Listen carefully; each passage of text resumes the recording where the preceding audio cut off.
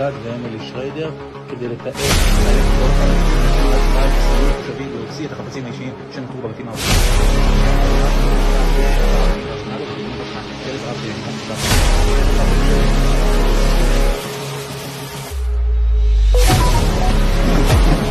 Temporarily closing their embassy.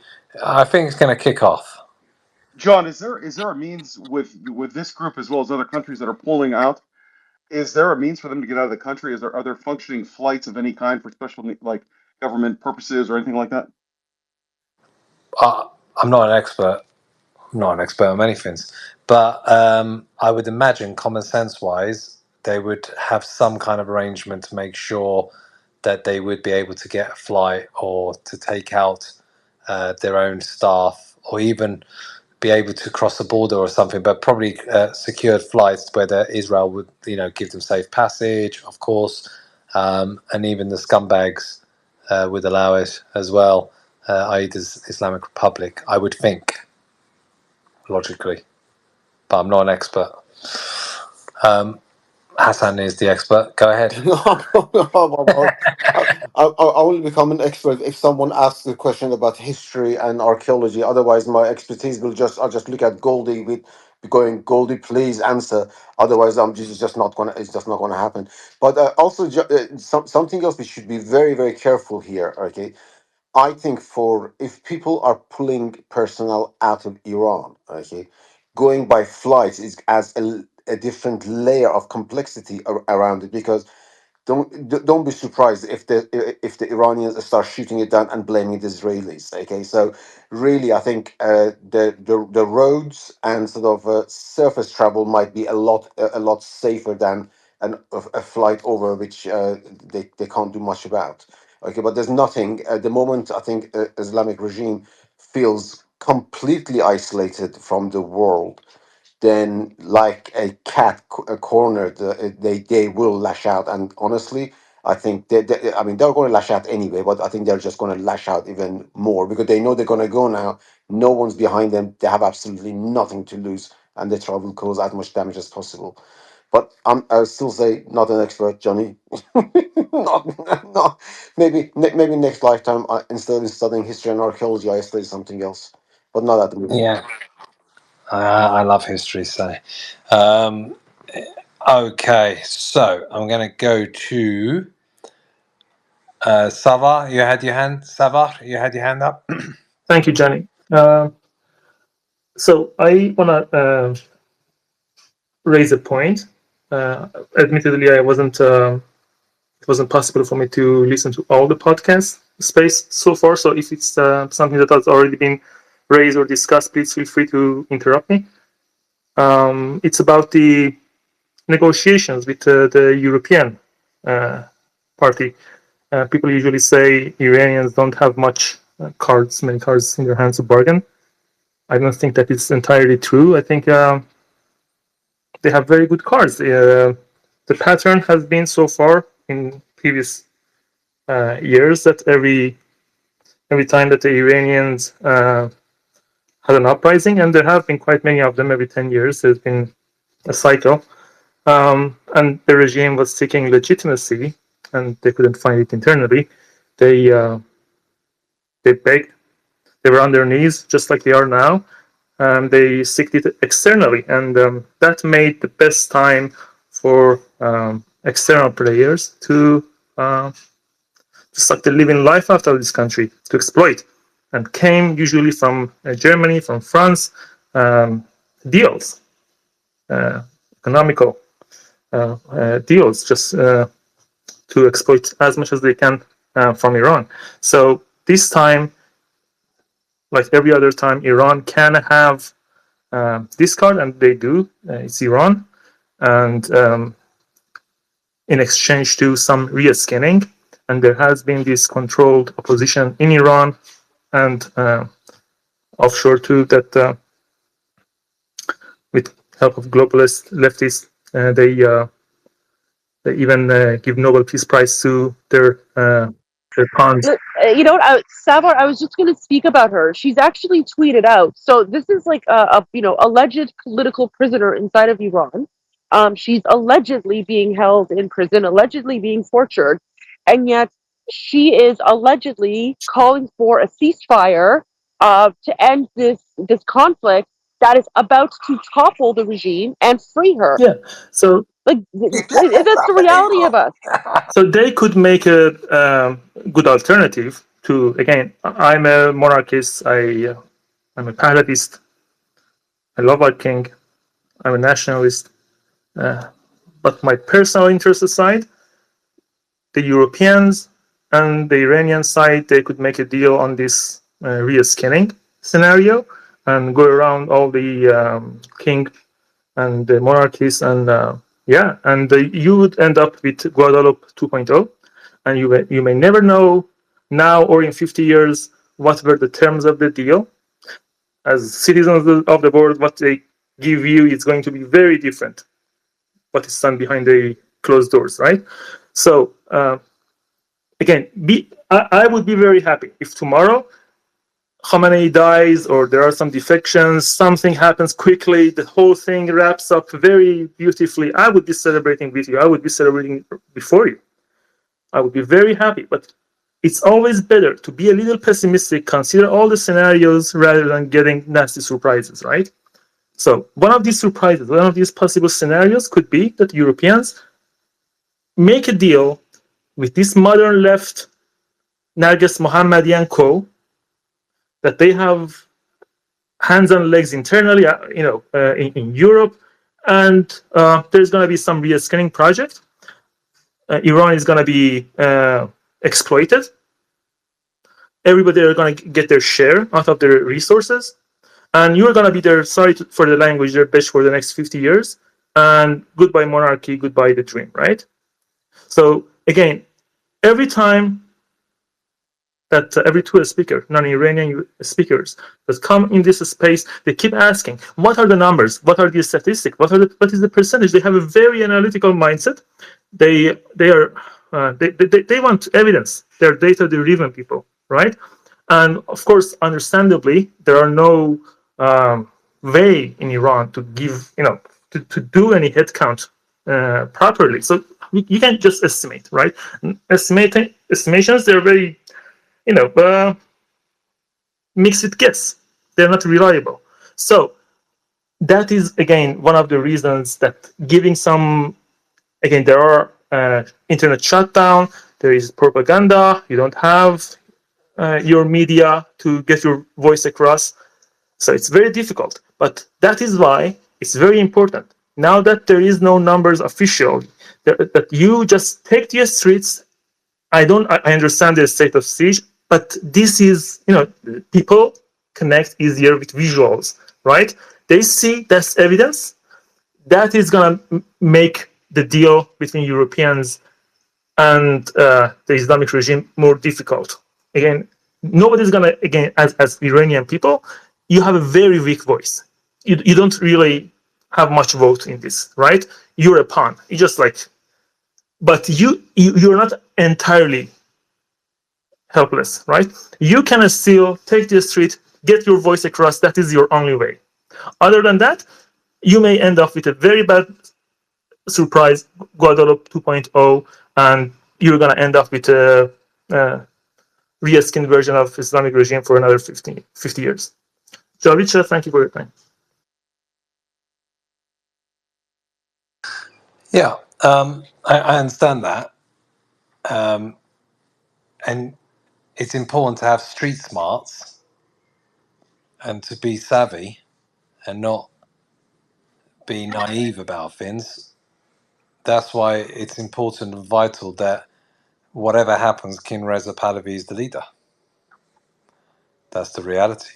That's, for me, that is it. That has to be it. And there is no trust with any of the other characters at all. It'd just be Islamic Republic 2.0, putting a lipstick on a pig. No. And then we can have a referendum. Has the king not already mentioned that people that they should rise up? So how else do we exactly expect him? Just how more vocal can he get? Yeah. Everything in life is timing, isn't it? So you don't want to be lambs to the slaughter and Yeah, then. exactly. I understand that. It's a lot of responsibility to encourage people. But no, he's right to do it, because he's showing leadership, and taking charge of the situation, and what a leader does, and the reality is as well, you can't leave it too late either, because momentum and timing is everything. So there are things that we don't know, obviously. Like Goldie said, if we knew the answers, this regime's over with, and we wouldn't be having this conversation. We can only guesstimate and give our opinions, and just be logical about it. But I think what Israel's doing is absolutely vital. We've never had that, and we've never ever had that. So I think that's the game changer. And Israel doing it because these scumbags are trying to eradicate Israel. And this is a question of survival. And they ain't going to change, This is folks, at all. no. This is where Listen, Johnny, I need to. I just know. Wait, let me just say something. I really want to add to this. Listen, knowledge is power. What we're hearing from people who've heard from inside Iran is that this time it's not just that they've cut off communication with the outside world. They've also cut off communication internally. Like landlines are down. We've never heard of this before. I think we've glossed over that fact. Landlines inside of the country are down. So, like, even in the past, even during the Massa Amini demonstrations, people could still call each other's cell phones or call one house to another house to mobilize and organize. They can't even do that right now. I think this is how scared the Islamic Republic is, because they know that if people go out, um, they will overthrow the regime. So, and again, there's a complete blackout. We don't even know what's happening in the country. Again, there could already be uprisings that we just haven't heard about them yet because the regime doesn't want the outside world to know. Goldie, I So, can I I add mean, I something don't about the know. I phone? don't know. I did talk to my brother-in-law. He was saying they are able to reach each other in Iran, but nothing from outside of the country can reach. Yes. Apparently, you cannot call from outside to Iran. You can make calls from Iran to outside, and you have normal calls within Iran. Internet is not available. WhatsApp, all of those uh, apps are not available. Just sorry to butt in. I don't know how I put my hand up so that I'm more proper in my interruptions of your space, No, go Goldie. ahead, go ahead, go ahead. But just wanted to mention to the person who was asking about Starlink and direct to cell phone. Um, as I said, Starlink, the internet feature with the Starlink dishes provides you access to the internet, but you need the Starlink terminal, which it is apparently 10,000 smuggled in within Iran. And more can be provided, I'm sure, if Elon Musk and Mr. President Trump would like to do that. The direct to cell phone, which is a fantastic feature, and it is available right now in the United States. So if you have a carrier who signed up to that program, you don't need anything. Your phone, if you got a more modern phone, iPhone 14, or as I said, Samsung Galaxy or Pixel, the later ones with the updated hardware, you can directly connect to a Starlink satellite and send text messaging or call for 911. So that is a feature that is technically available. How does one make it available to the Iranian people? And it would be, unfortunately, to the people with those higher, later models of the phones, but that is a lot more people than with just Starlink terminals. That is something that we should be lobbying Elon Musk and our government people to provide the Iranian people. That's all I have to say. Thank you. And then you have texting between people. Then you have that communication. It's not you can send pictures. Unfortunately, at this point, you cannot video. You can text. You can organize. You can do all sorts of things. Thank you. Yeah, it's good suggestions. Obviously, you've got United States, who are the best in tech in the world, and then you've got Israel, who's the best in cybersecurity and security stuff as well. So I'm sure maybe something can happen or not. We'll see on that. Johnny, one of our wonderful listeners has sent me a newspaper, basically article, that's I've just had to put it through a translation to read it. It's quite interesting, because this goes back to what we're saying about the traveling out of the country.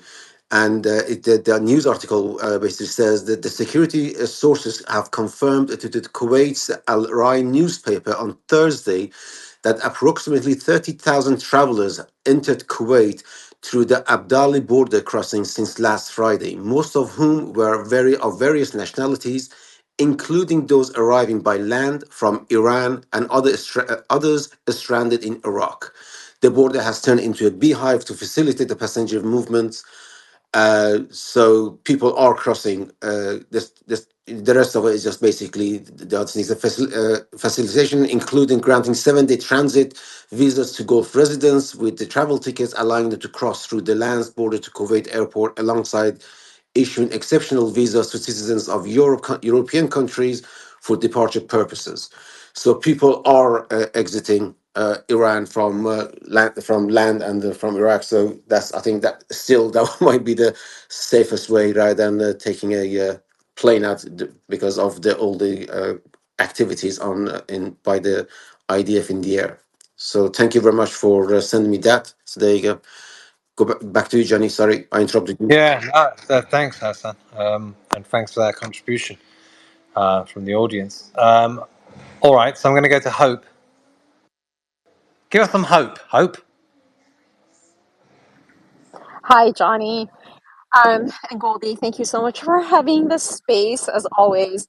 I truly feel that we're at the dawn of a new era, and it's really difficult right now, but I think we're really, really close. The fact that the embassies are closing and their personnel are being withdrawn from inside of Iran is a great indication. And in fact, during the Masa Amini revolution and the uprising in 22-23, that's exactly what we were telling our government officials. We were saying, close your embassies, withdraw your diplomats, and they ignored us. They didn't do it, and now it's happening.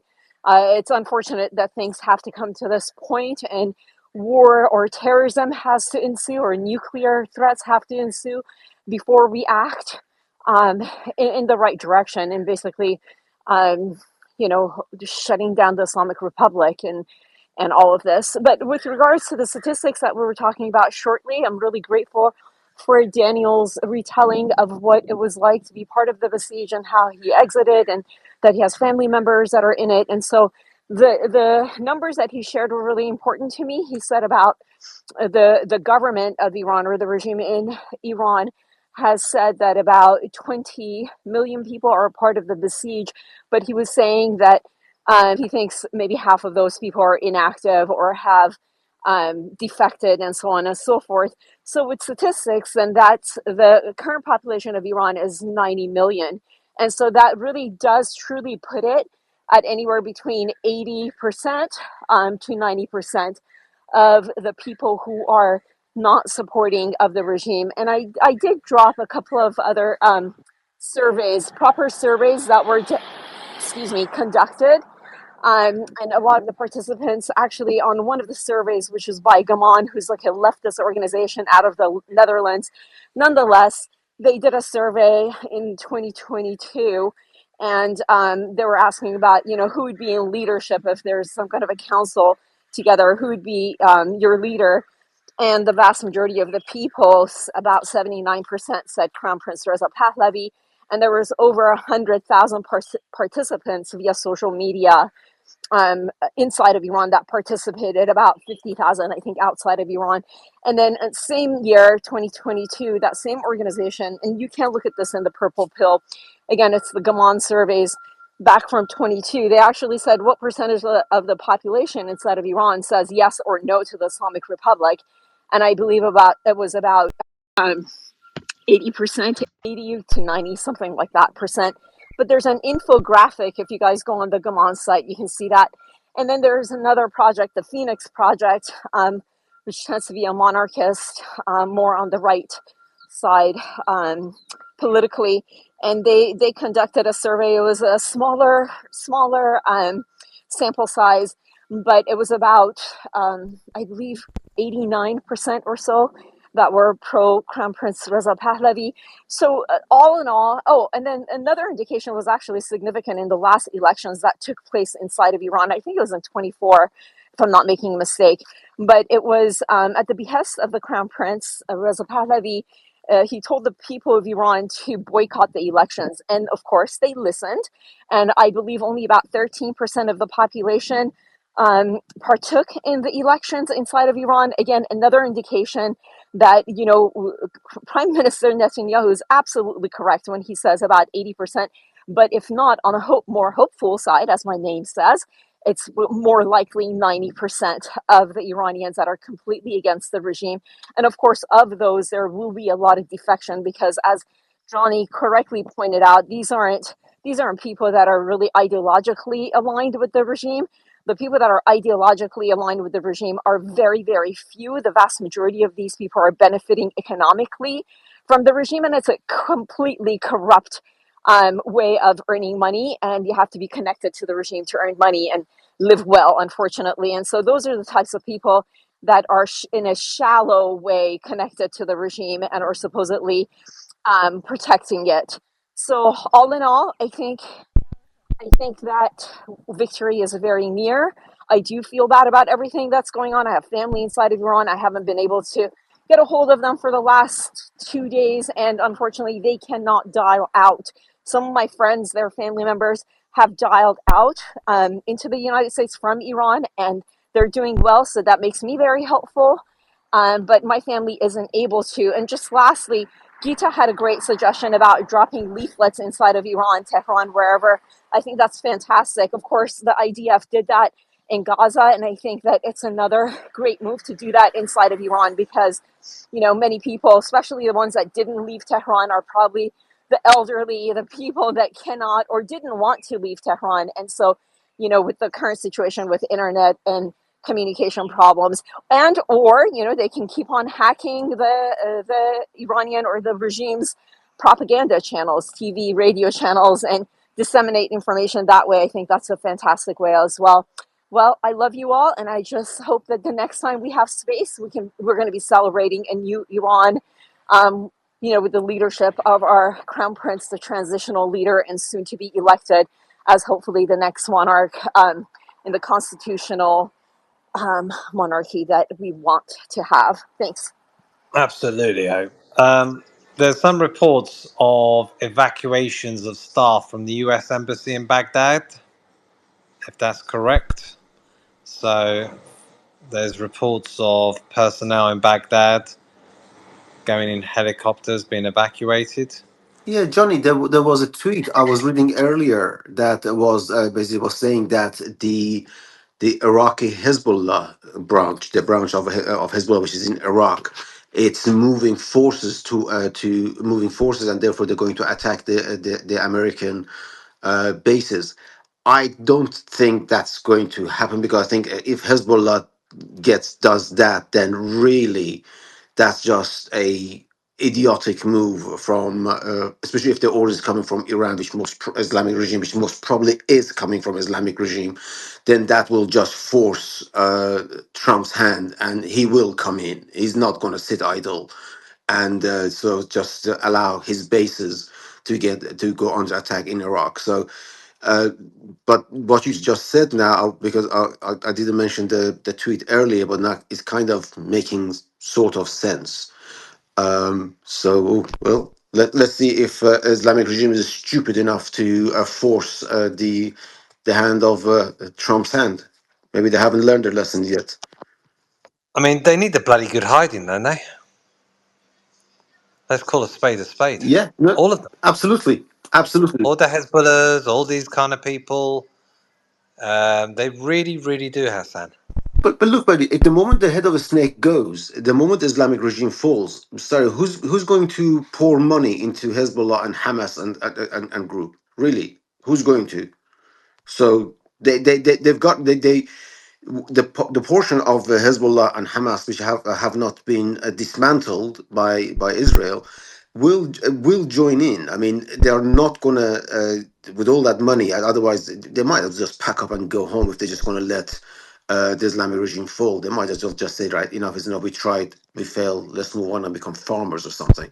So yeah, I think there is a unknown element there that is next couple of days might become bit known.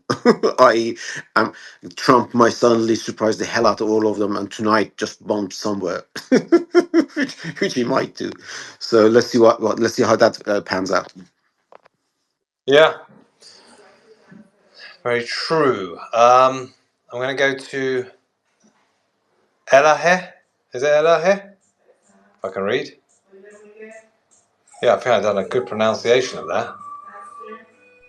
I'm proud of you. Elahe It's actually Banks. pronounced Elohe. Thanks, Johnny. You're close. You're very close. I think A the bloody very good first thing. pronunciation, I thought. Well, I told you before, I've got a son. I hope that he's Afro-Iranian, so I hope that I can raise him like you. So I'm very proud of you. The first thing I wanted to say, if we've got any Israelis in here, the first thing I wanted to say that we Iranian love you and we are thankful of you. The second thing I wanted to say that about the communication in Iran, this is a war crime. Cutting the communication of the people, internet, telephone, it is a war crime. We need to do something about that. Our families are at stake. Their lives are at stake. The other thing I wanted to say is that if there is this, I mean, Iranians are here, Israelis as well. We have to. I am hopeful, and I'm thankful to Hope for all the good news that she gave. But at the same time, on the flip side, just be careful of what we've got at stake. We've got the existence of our countries, Iran and Israel, at stakes right now. If we lose this, God knows what will happen to our families. Every time my mom and my brother, sometimes they manage to call in. As soon as we start talking, it's all tapped because they have to call through the direct phone line. As soon as we start talking political, it gets cut.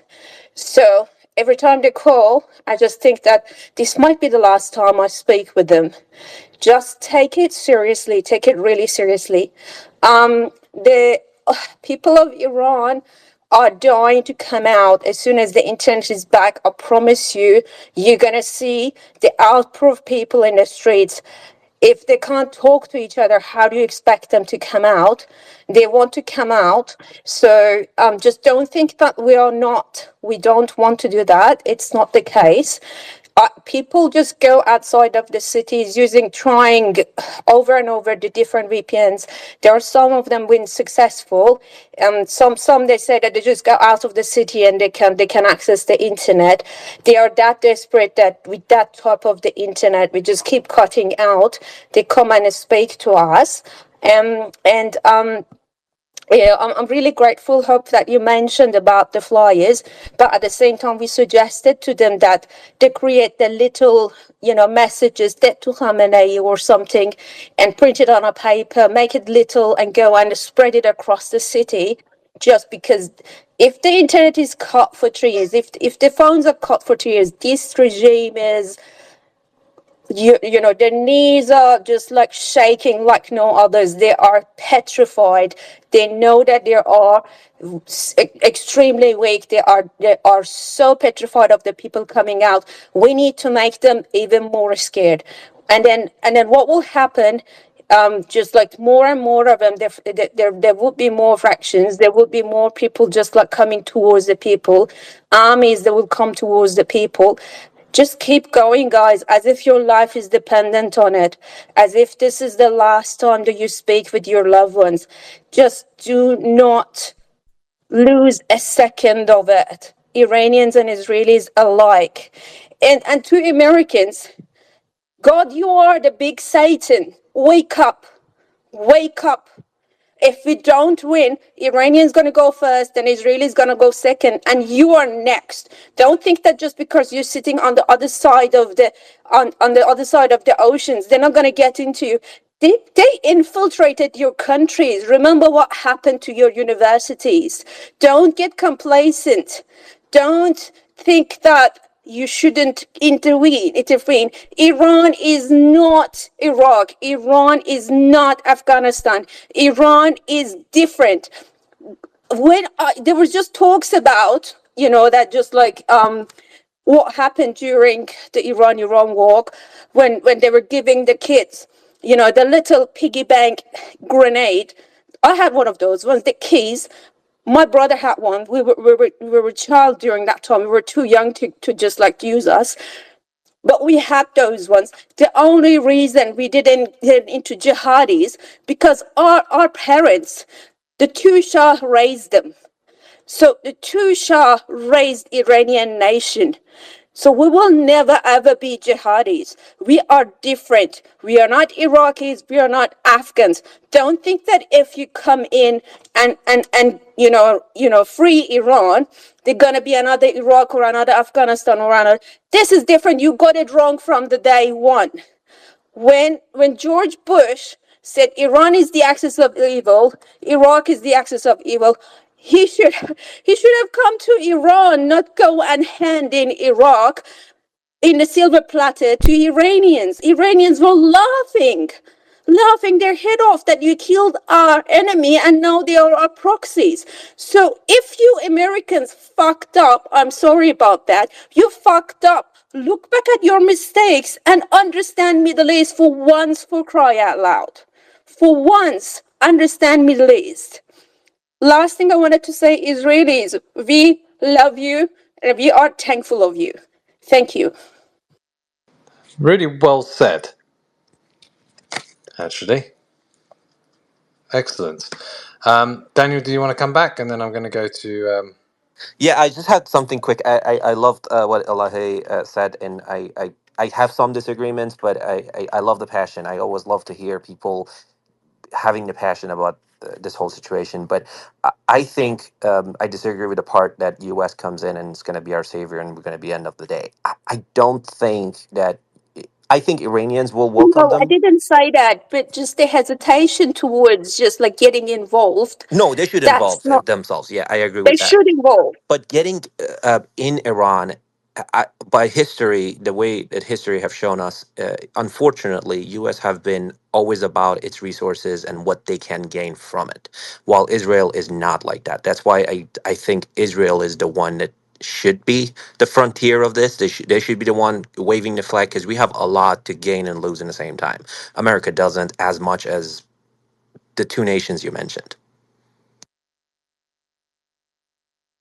There's more like gaining than losing, I guess. Israelis are our neighbors. Americans are on the other side of the ocean. They have to live with us. So I trust Netanyahu much more than Trump Agreed. in Yeah. finishing this in the right way. The cowboy aspects of Trump, scare me, but Netanyahu knows that we will forever be neighbors. We have lived together for 2,500 years. Cyrus freed the Jews and rebuilt the temple. It's now the time for the Jewish nation to free the Iranian nation. Yeah. Well, they don't have to, but it'd be great to get the two peoples back where they should be, best friends, and build a great Middle East together. Okay, so I'm going to go to Eves. Eves, How do you Yes. deal with such a jerk like Macron? Mm. Yeah, I'm ashamed. I must say, I'm ashamed. Especially since a few days prior, he said France would stand in defense of Israel against the Islamic regime missile. Plus, for me, there was not a lot to turn in his message or to add to his message to make it honorable. And yeah, I'm ashamed. It won't change much, but I was really pissed about this message, that's for sure. But anyway, there are also good sides. I mean, there is a very serious fight in the media in France between the different narratives, and there are also good signs. Like this guy who was clearly linked to the regime and who was organizing the distribution of Islamic Republic flags to add to the Palestine flags in the Free Gaza or Free Palestine, whatever demonstration. He got arrested. Um, and yeah, I mean, there are some voices. I mean, there are clearly a war of narrative in the media. Plus, there is a very strong and clearly more and more Islamo-leftist party in France, which is headed by a guy called Jean-Luc Mélenchon. And this guy is now hated at a level which was not seen before the old Le Pen, who was clearly anti-Semite. So it's changing. And anyway, if the regime fall, I mean, it will be a huge thing. It will have ripple effects, I think, that we can't even realize, because sometimes I go to spaces of Muslims or anti-Zionists. It's basically the same thing now. Muslim spaces, they go to a level of make-believe to persuade themselves that it's okay, that Iran will win or destroy Israel. It's really amazing. But to go back to the current situation, I was wondering, because I am looking at ChatGPT, I see the regular army is still bigger than IRGC. Could it be instrumental in some way to topple the regime? And same for the police. I mean, there is a Basij, but the regular police, the Faraja, could they be could they turn their back, especially the Artesh, the regular army? Could they turn their back to the regime and be instrumental in toppling the regime or not? And also the cyber police, maybe. I mean, these kind of things. And do you think there are some kind of resistance networks that are already existing, or maybe it's not something to say, but Yeah. yeah. So the army is going to be important. One, to have law and order afterwards. The army traditionally is the army of Iran. Under the Shah, we had the fifth most powerful army. We had a proper army, professionally trained, everything else. All of that, not a bunch of ragbags, but they have massively hit the army hard over the years because they never trusted it. That's why they set up the IRGC, because they never trusted the army.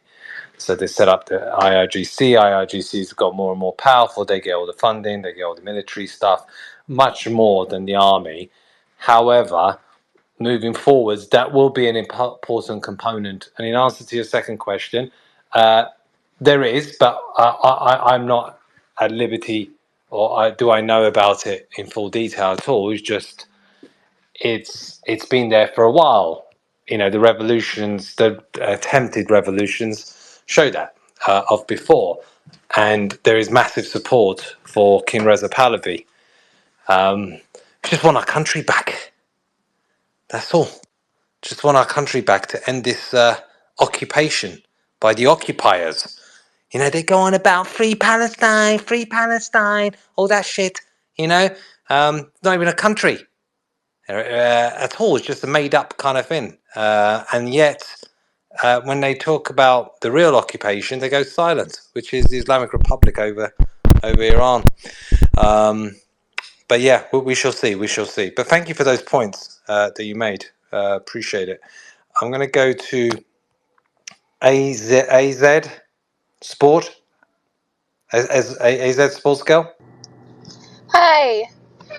I'm speaking from an American perspective. I think a lot of the reason why you're seeing pushback is that most Americans are not very informed on geography and the Middle East. So if you just keep pushing this, you'll see the support rise immensely. Because of course we support the Iranian people. We're just generally concerned about another war. We're all warred out. So if you just explain that we don't have to put boots on the ground, the support and the divide is going to rise immensely. That's all I have to say. Bye. Bye. Nice contribution. Short but sweet. Appreciate you. Malka. Hi everyone. Hello Goldie Jun Khasta nabashi. Hi Johnny. Hi Mr. Sabah. Everyone. I came in a few like an hour ago and I wanted to speak and then I had to go. But I wanted to mention something that is really important for the safety of our friends and family inside Iran. First of all, as you all know, the whole internet is cut down and shut down. There are some people, though, on social media, specifically on Instagram, that they have internet and they come in and they make posts like, if you're worried about your friends and family, we can help you. We have internet. Give us their telephone numbers. We contact and we will let you know if they're okay or not. Please do not trust these people.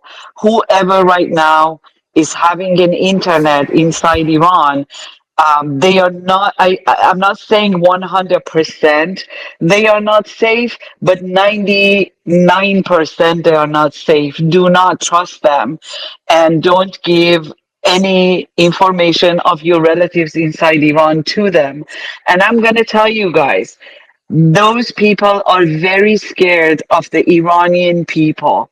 That's why they shut down their internet. And I'm going to tell you a story that happened to the parents of one of my friends inside Tehran. They had some electricity issue 2 nights ago. They brought an electrician to fix their electricity.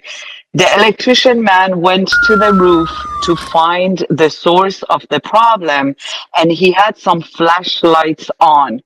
In 10 minutes, 5 Basijis seized to their house and they checked everything in this old couple's house.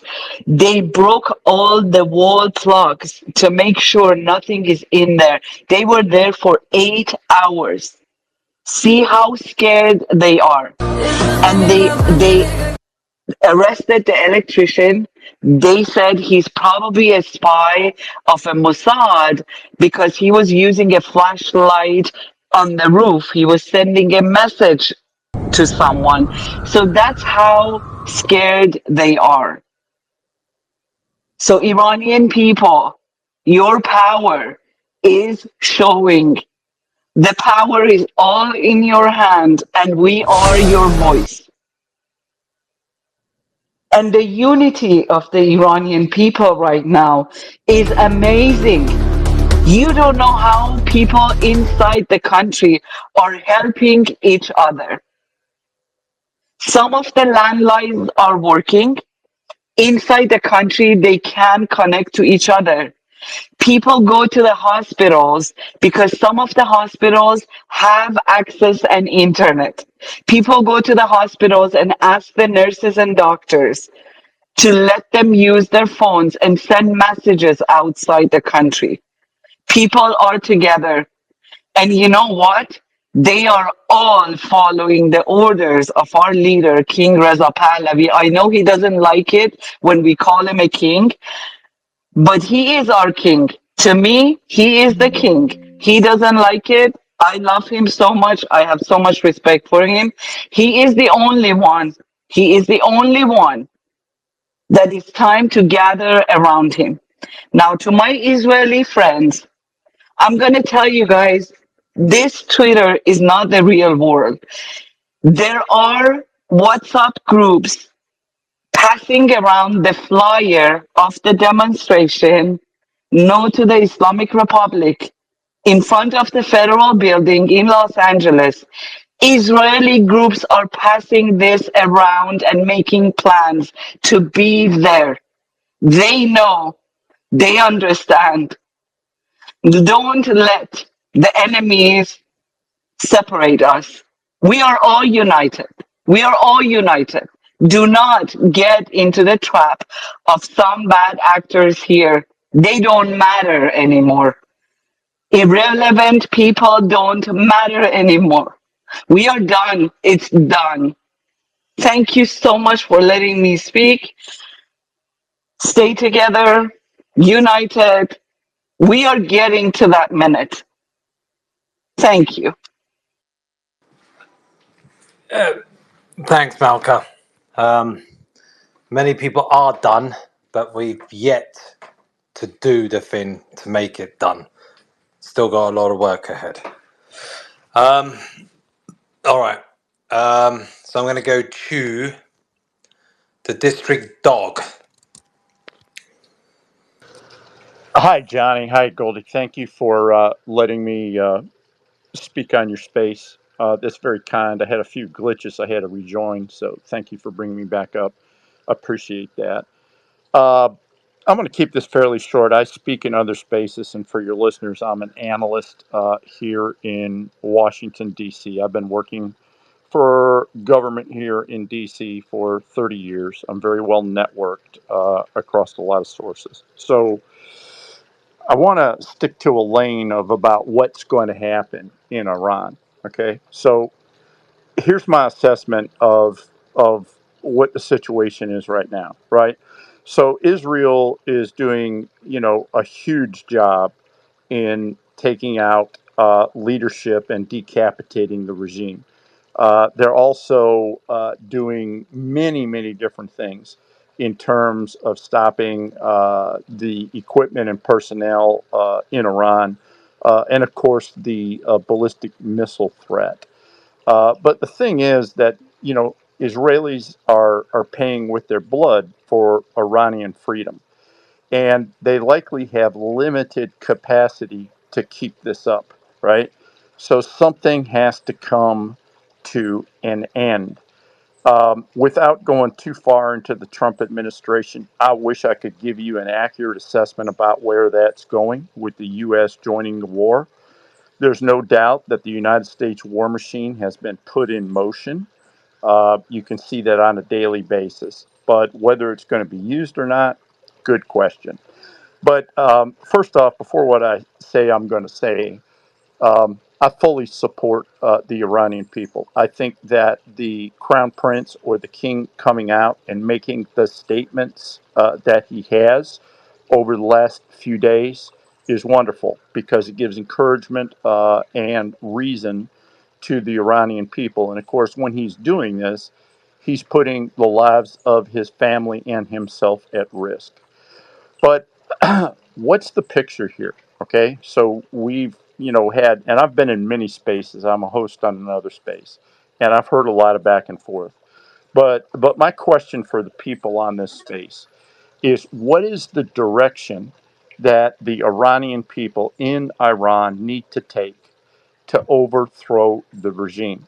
We've talked about sparks in terms of a spark has occurred to get them going, and I understand and appreciate fear. Okay, I would be scared if I was in their shoes, no doubt. But something has got to occur. Something has got to occur to start this process and get it rolling. So I would love to hear some opinions on that from the different speakers on this space. What is the path forward? Because we can't keep this up for much longer, regardless of whether the United States gets involved or not. And thank you again for letting me speak. I appreciate it. It's a good question, and it's a reasonable question. So, what will it take? I mean, as we said earlier, if we really knew the answer, this problem would have been solved many years ago. Okay, what is likely going to take?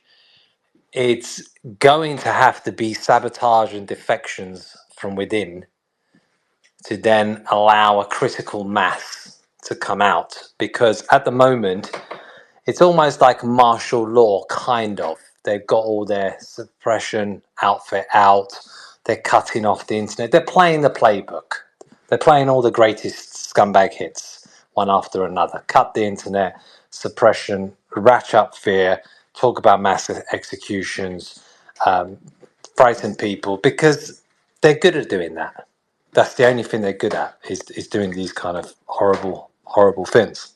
So they want to create this atmosphere of absolute fear, so that people don't dare to come out. And if they are, then they're labeled like Mossad or infidels or whatever it might be. So it's always been this chicken and egg. You need the critical mass to come out to overcome this regime, but at the same time, people won't come out in a big amount until they feel safe to do so. And it's always been difficult to overcome the security apparatus.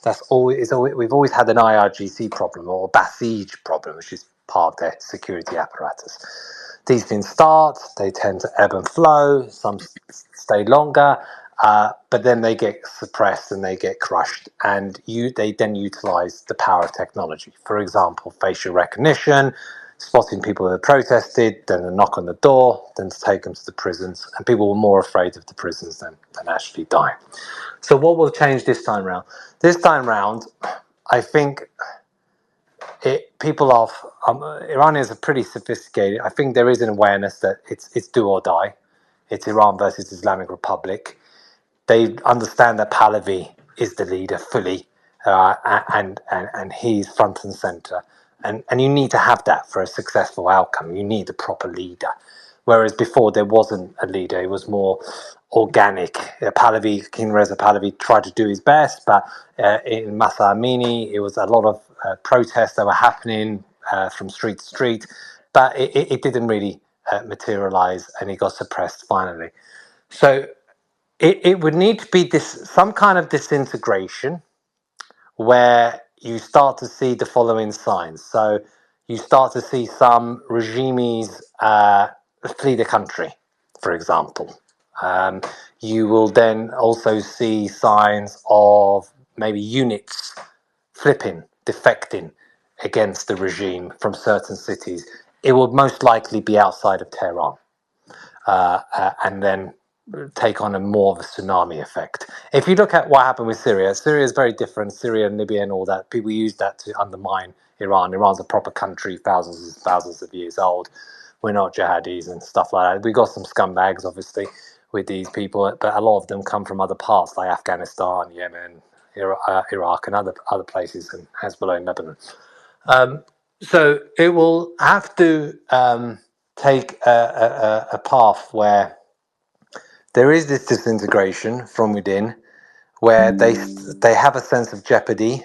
They feel like they're going to lose for the very first time in 46 years. And when they start to feel jeopardy and utter pressure, and a sense of loss, then the fleeing will happen, then the units turn, then the confidence starts to build within the population, then they come out. When I mentioned Syria, if you look at Syria, they were able to have a revolution. One, there was other players involved, other countries that was helping that revolution. Two, they were armed.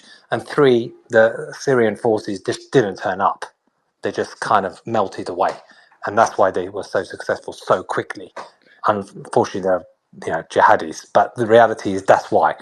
So you have other examples of revolutions. You have Tahrir Square in Egypt, where they were able to do it because they did it so suddenly, and they refused to leave the square because they knew if they left the square, they wouldn't have the revolution.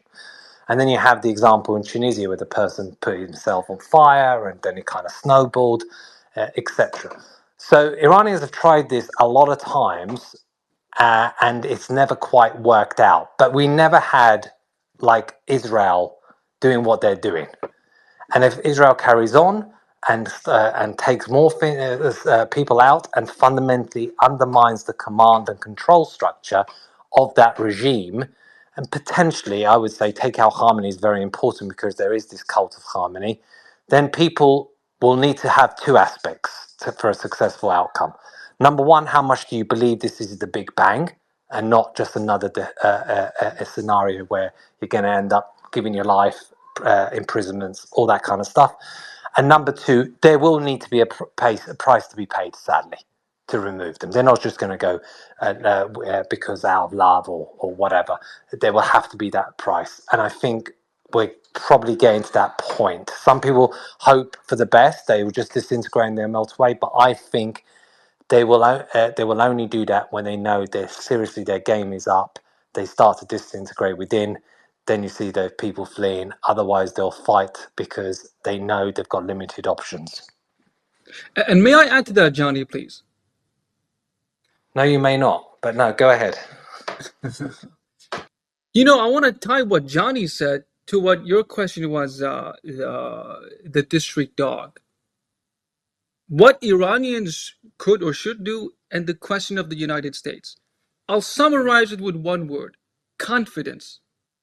More confidence for the Iranians, no more confidence for the Islamic Republic. And you know what the United States can do to help this at no cost? Stop negotiating with the Islamic Republic. That's number one. Number two, officially, formally, loudly, publicly acknowledge that the successor to the Islamic Republic is the Pahlavi constitutional monarchy. It's not going to cost you anything. No taxpayer money, no soldiers, no boots on the ground, none of that. All you have to do is stop saying Islamic Republic will come back to the negotiating table and tell your partners across the ocean, the European Union, stop negotiating with the Islamic Republic. Officially recognize them as collapsed. That's it. We are at this point because for nearly 50 years, we've gone between Democratic Party, a Democratic administration, Republican administration, each of them, sometimes publicly, sometimes behind the scenes, negotiating with the Islamic Republic, trying to find a way to manage this cancer with over the counter. You know, if I can use this analogy, over the counter medication. You need to chemotherapy, obliterate this cancer. If you're talking about Israelis losing their lives, it's because of what the United States has been doing, the European Union has been doing. Well, who are the main opponents of Israel? The Muslim Brotherhood of Egypt, Hamas, Hezbollah, Houthis, Islamic Republic, the main one.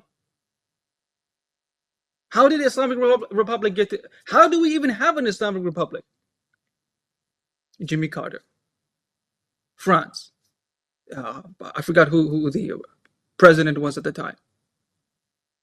You are not without. I mean, not you personally, but the United States, as a political entity, is not without responsibility. Is not without accountability. Now you can fix it. Now you can help. One more time, I'll repeat it again. If you want to give Iranians full confidence and diminish the confidence of our enemy, the Islamic Republic, don't recognize them.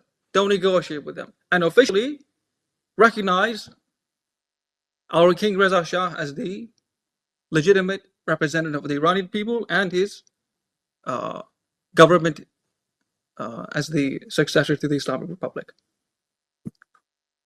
I agree with you, Danny. If I may step in for a second, I agree because what There is a breaking. There is a breaking. All right, breaking takes Just priority. very shortly. I've just read that President Trump stated that the report that his Minister Judy Gabbard handed him 3 months ago about the Iranian nuclear sites, etc., was wrong. Was wrong. At least What did the report say? the report said that the Iranian regime, that the mullahs regime were far from being able to reach the bomb. Well, I mean that's good news for us then, because we've been saying for a long time that they're very close, and they're getting And incredibly closer. it was false. It was false.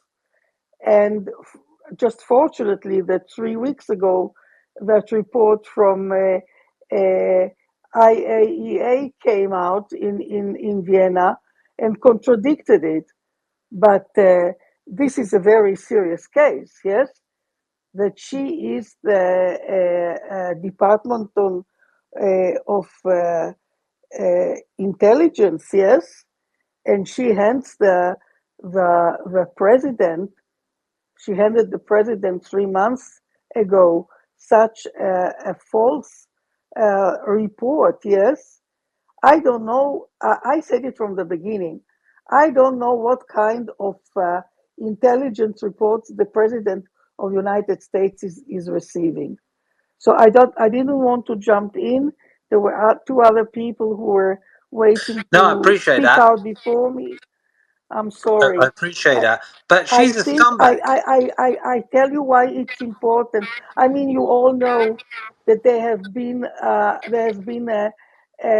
very how should I say, very intense and quite mean and viral um, campaign against Israel, against Jews, from a part of the America First crowd, the woke right, yes, and the isolationist in Trump administration.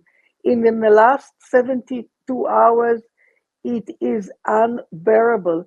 I mean, the amount of anti-Semitic virtual accusations that are going on, the attempts to twist history, to tell us that our eyes and ears are lying to us, is incredible. I don't know how many people out of that crowd are making money out of it. It also none of my business, but it is very intense. And if President Trump came out today and stated publicly that Tulsi Gabbard's report was false, then it says a lot. Yes. Now, Yeah, I mean, she's a scumbag, though. this is absolutely. I mean, he has to kick her out. She has to go Yeah, because I think she's going to resign very soon anyway. well, Can I add let's something? hope so. I But just want to I add want to something. tell you one thing: the Israeli chief of staff, IDF chief of staff, about 3 hours ago, he had a message to the people of Israel, and he said that Israel is achieving, the IDF is achieving all the goals that had been set for that operation, and they are even ahead of time. I want the people here to know, who are Iranians, not to lose hope. Although he cautioned Israelis and told them, you need to be patient because it will take a while. It will take a while. And just remember, Premier Minister Benjamin Netanyahu and the Israeli Mossad would have never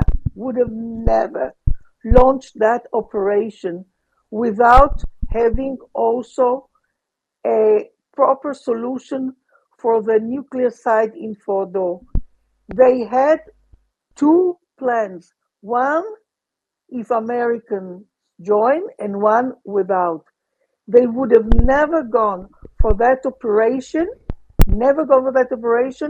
relying on America to join in without knowing whether they would join in or they wouldn't. This is not Benjamin Netanyahu character, and this is not the way that he is acting. No Mossad. So some people in Israel, and I am amongst them, I say, maybe I'm not from Israel. Yes, I'm an Israeli, but I live in Switzerland. I can tell you only one thing. Second thought, it's better if Israel leads it. It's better. It will take maybe one more week or 2 weeks more, but I absolutely trust Benjamin Netanyahu leadership. And don't lose hope. Don't lose hope. This time it's really different because the regime, this genocidal regime, is being now attacked and pushed by an outside power. This has never happened before. Someone more So powerful. One more yes, breaking news, and this is and sorry for Sorry, Danny. I and just want to say something after Lillian is done speaking, and then we'll get to and you. just hold the line. oh, I know it's difficult. I know you are all scared. I know it's to be or not to be for you and for your families.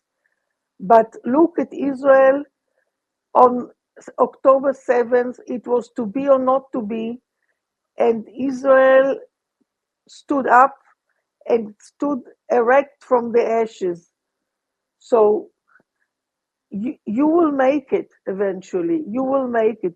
Just don't lose hope Thank and be you. careful. Thank you so much, Be Lillian. I careful. just wanted to, first of all, thank you for coming in our space.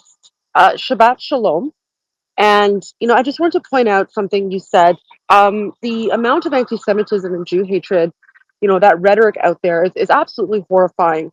Um, and we've heard from a number of Jewish people. Either they've come up on the stage and spoken, or they put comments below. How they're enjoying our space because none of that rhetoric is here.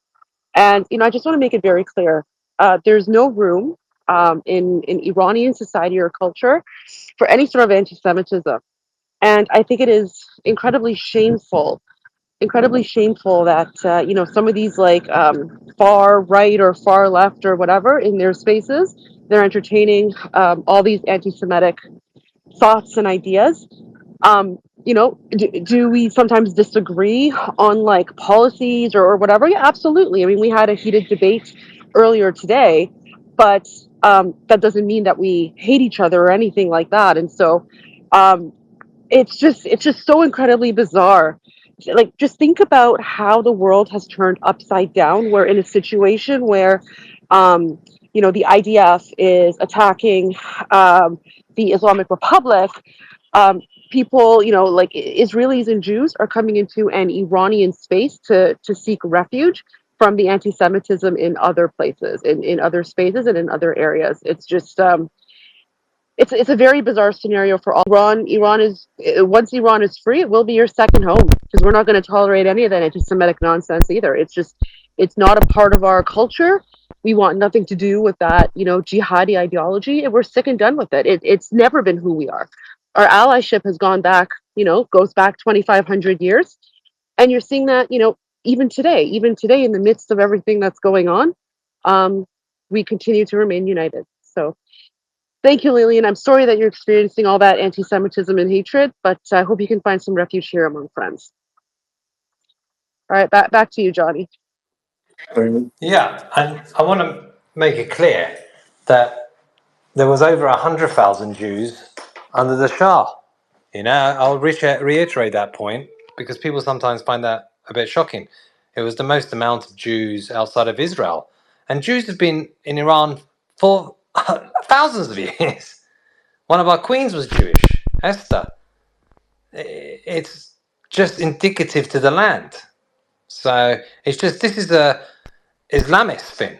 It's not an Iranian thing, right? It's an anti-Semitic Islamist Listen, bullshit it's like thing. let's be honest, it's a Muhammad thing. It's a Muhammad Arab thing. He started this whole like Jew hatred in order to like legitimize his attacks against the Jews. The whole Al-Aqsa Mosque is fake anyway. Like it's built on top of the Second Temple of Jerusalem. I'm sorry, your religion didn't even exist back then when Cyrus freed the Jews. So how dare you guys come and say Al-Aqsa is ours? It's just another, colonial project. And I personally would not shed a tear if it was damaged in, all these strikes. Just putting it out there.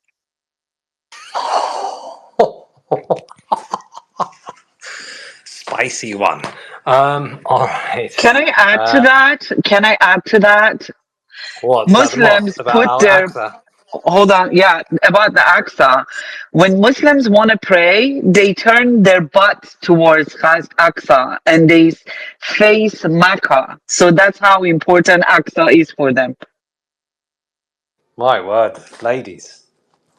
Yeah. Sorry, Johnny. I'm so In Hassan, sorry. terms of I Go just ahead, geography, say Ian. it. that's very unlikely.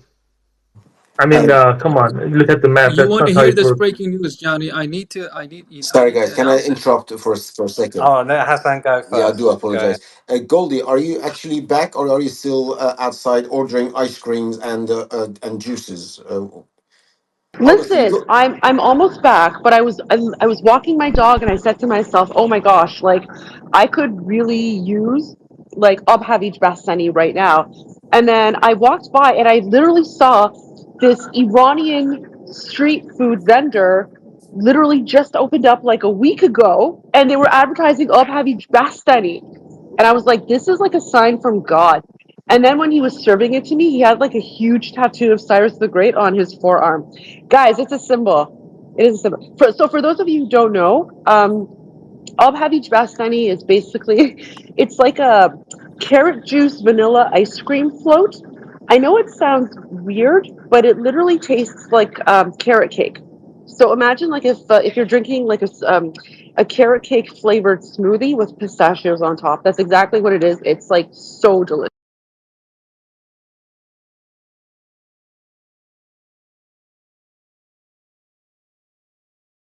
And it's not regime change because you can't without invading, without boots on the ground. What are we talking? Of course, the Shah.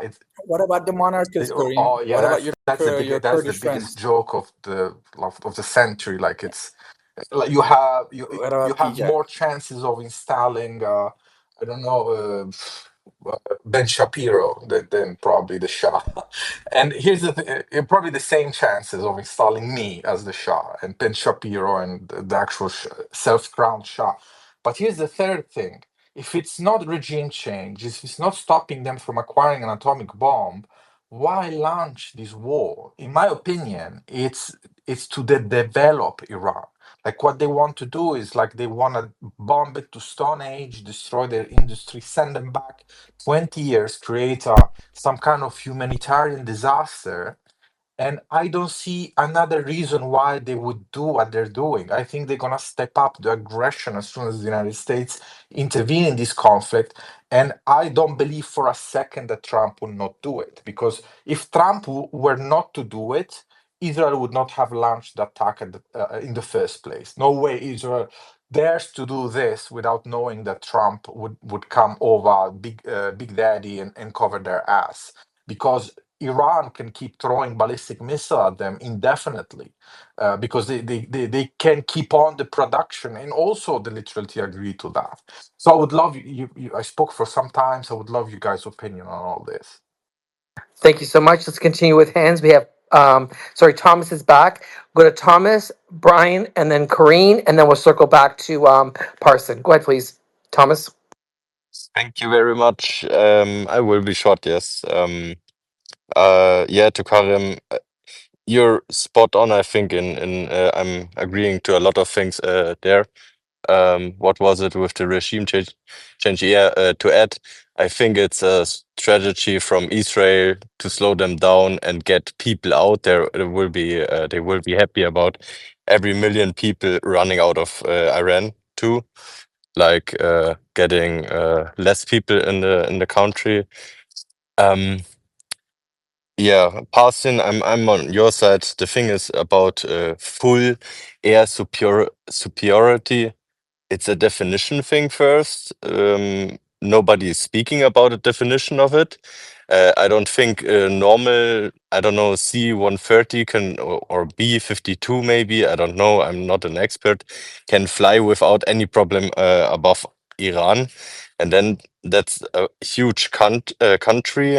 F-35, maybe you can fly over it because they have the stealth low radar side. So yeah, it's hard if you see it completely white or completely black. There are a lot of nuances, and I don't believe too in full air superiority completely. Thank you so much, Thomas. Go ahead, Brian. Yeah, I was just gonna make the comment the person made like three people ago, which is there's a lot of cope going on. I mean, Iran's getting crushed. I mean, Israel when they attacked, it wasn't a surprise. Like people have been writing in the newspapers for days that they were on the precipice of attacking. I mean, if you're not preparing for an attack while people are talking about in the West there being an attack, then what are you doing? Like it wasn't a surprise. So I just think like, look, I don't know what happens. I don't know if there's regime change. I don't know if like nuclear gets stopped. Um, Trump's already said that they cannot have a nuclear bomb, and that's where the U.S. stands. So if Iran's position's like, well, we're making one anyway, that would just be a dumb move, in my opinion. I don't get why they would do that. I don't know why they haven't figured out a way to come to the table at this point in time since they're negotiating. But So just Brian, so Brian, one militarily, second, it just seems like Brian. what? Yeah, I just want to ask you. So you're saying that Iran's getting blasted? I mean, they're just losing. Is that what you're saying?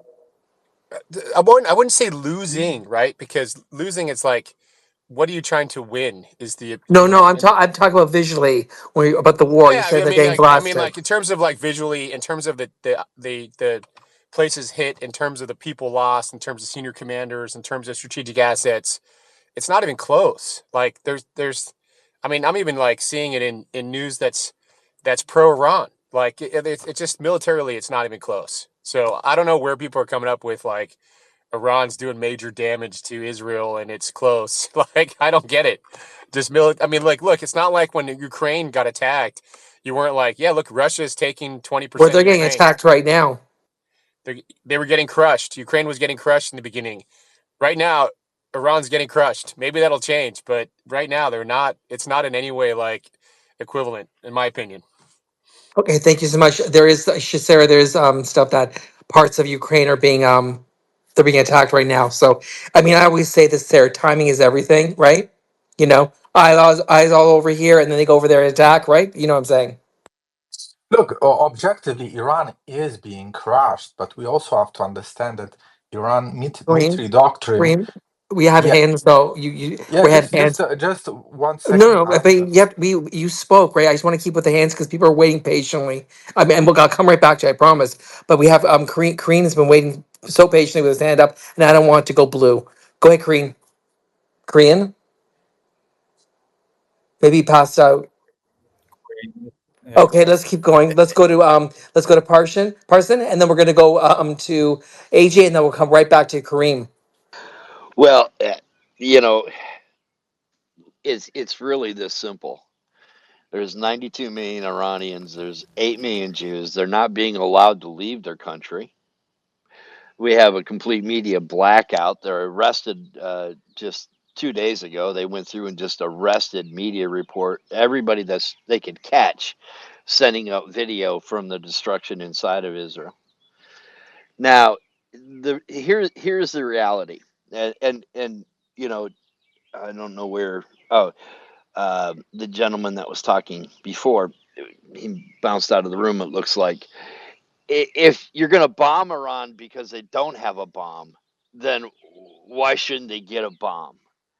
That's just, I mean, that's a 78 IQ. I mean, reason and logic. You turn the tables and let's make us Iran in this occasion. What are we going to be doing? We're going to be racing to get a bomb because the only people that don't seem to get bombed are people that have the bomb. So you just, Parson, would you agree? yeah. Go I ahead. want to ask because you're speaking. I want to get your opinion. Would you agree to echo to people that do not underestimate Iran's abilities?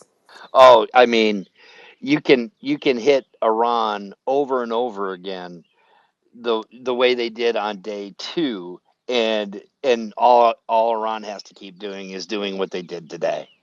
They're it's apples and lemons. It's the contrast is that bad. Now, here's the thing. So we didn't just empty Bahrain. We emptied our air bases. We emptied Iraq. We emptied Syria. So we're going to attack. Let's just get that. You don't spend all that money and move all those troops. And we're gathering all these naval aircraft capabilities to be able to strike from a distance because we don't want to get hit back. Well, I'll tell you what the result's going to be. It's going to be $300 a barrel of oil, because Iran. Okay, so you're taking away the target Iran will hit when we enter the war in reality, and you've left them one target. And that's why I asked the question: if you are a Saudi today, if you are any Arab living on the Arab Peninsula, in Qatar and Bahrain and Qatar, and you just watch the U.S. military completely bugged the hell out. The Navy's gone, the Air Force is gone, the bases are empty, the ammo is gone, the air defenses are gone. How you gonna feel? And now you're going to threaten their existence of a nation. The United States is going to. You leave Iran one option, and that is to cripple the Western economies. You're going to. We attack. Iran's going to do the one and only thing they need to do to end this war, and they're going to cripple our economies by destroying the oil. They're not going to allow it to leave the ports, but they're also going to destroy the infrastructure, which will, as we remember from Iraq War One, take years to fix. They will set Saudi Arabia ablaze. They will set Qatar ablaze. They will set Bahrain ablaze without killing a single individual. And then the Western world will fall into a deep recession, if not a depression. And Russia, they'll fuel the East, and they'll continue to advance. This is the attack. The attack that started this is the equivalent of, as the United States would say, December 7th.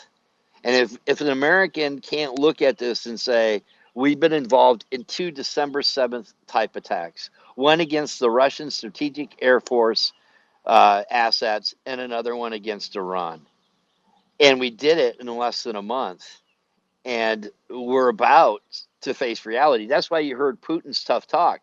Now, one thing that was missed in the early conversation when I first came into the space is Putin said 3 days ago, in talking with the Iranians, he said, hey, what do you need? We'll get it to you. And they said, we don't need anything. That's what they said. That's exactly what they said. So, Allah Akbar. inshallah, Habibi, it's going to get freaking ugly. So, the dumbest thing we can do is bomb. It looks like we're going to. So, I'm glad, like I was telling everybody yesterday, I can go buy my eggs right from the farmer less than a half mile from me. I can get raw milk from the farmer just a mile and a half from me. And guess what? I got no 5G out here, just like everybody else. I live so far away. If it ends up going to World War III and the bombs start dropping, You're going to the grid. I'm off the grid, and I move just in the nick of time. And that's one reason why I have a hard time, man. Dude, if you knew what pains it is just for me to be able to be in the space, it's crazy. Thank you so much, Percy. Yeah, everything you said was so on point. It really was. Let's continue with hands, please, because we have 4 hands up. Let's go to, I think, Kareem, did you want to quickly say something and then want to continue with people's hands to respect the hands? Yeah, I just wanted to say Quickly, someone though. talked very quickly. Someone talked about the fact that um, like Iran is being destroyed and stuff like that.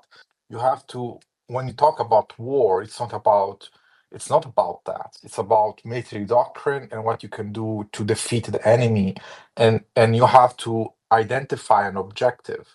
Like the objective is not to have a shuffle in the RGC leadership because you killed a few of the old gods. It's not about destroying a few launchers or attacking meaningless nuclear facilities that would not significantly delay the atomic bomb program. Were not the objectives, and you have to consider that Iran's military doctrine is based on absorption, and everyone knows that.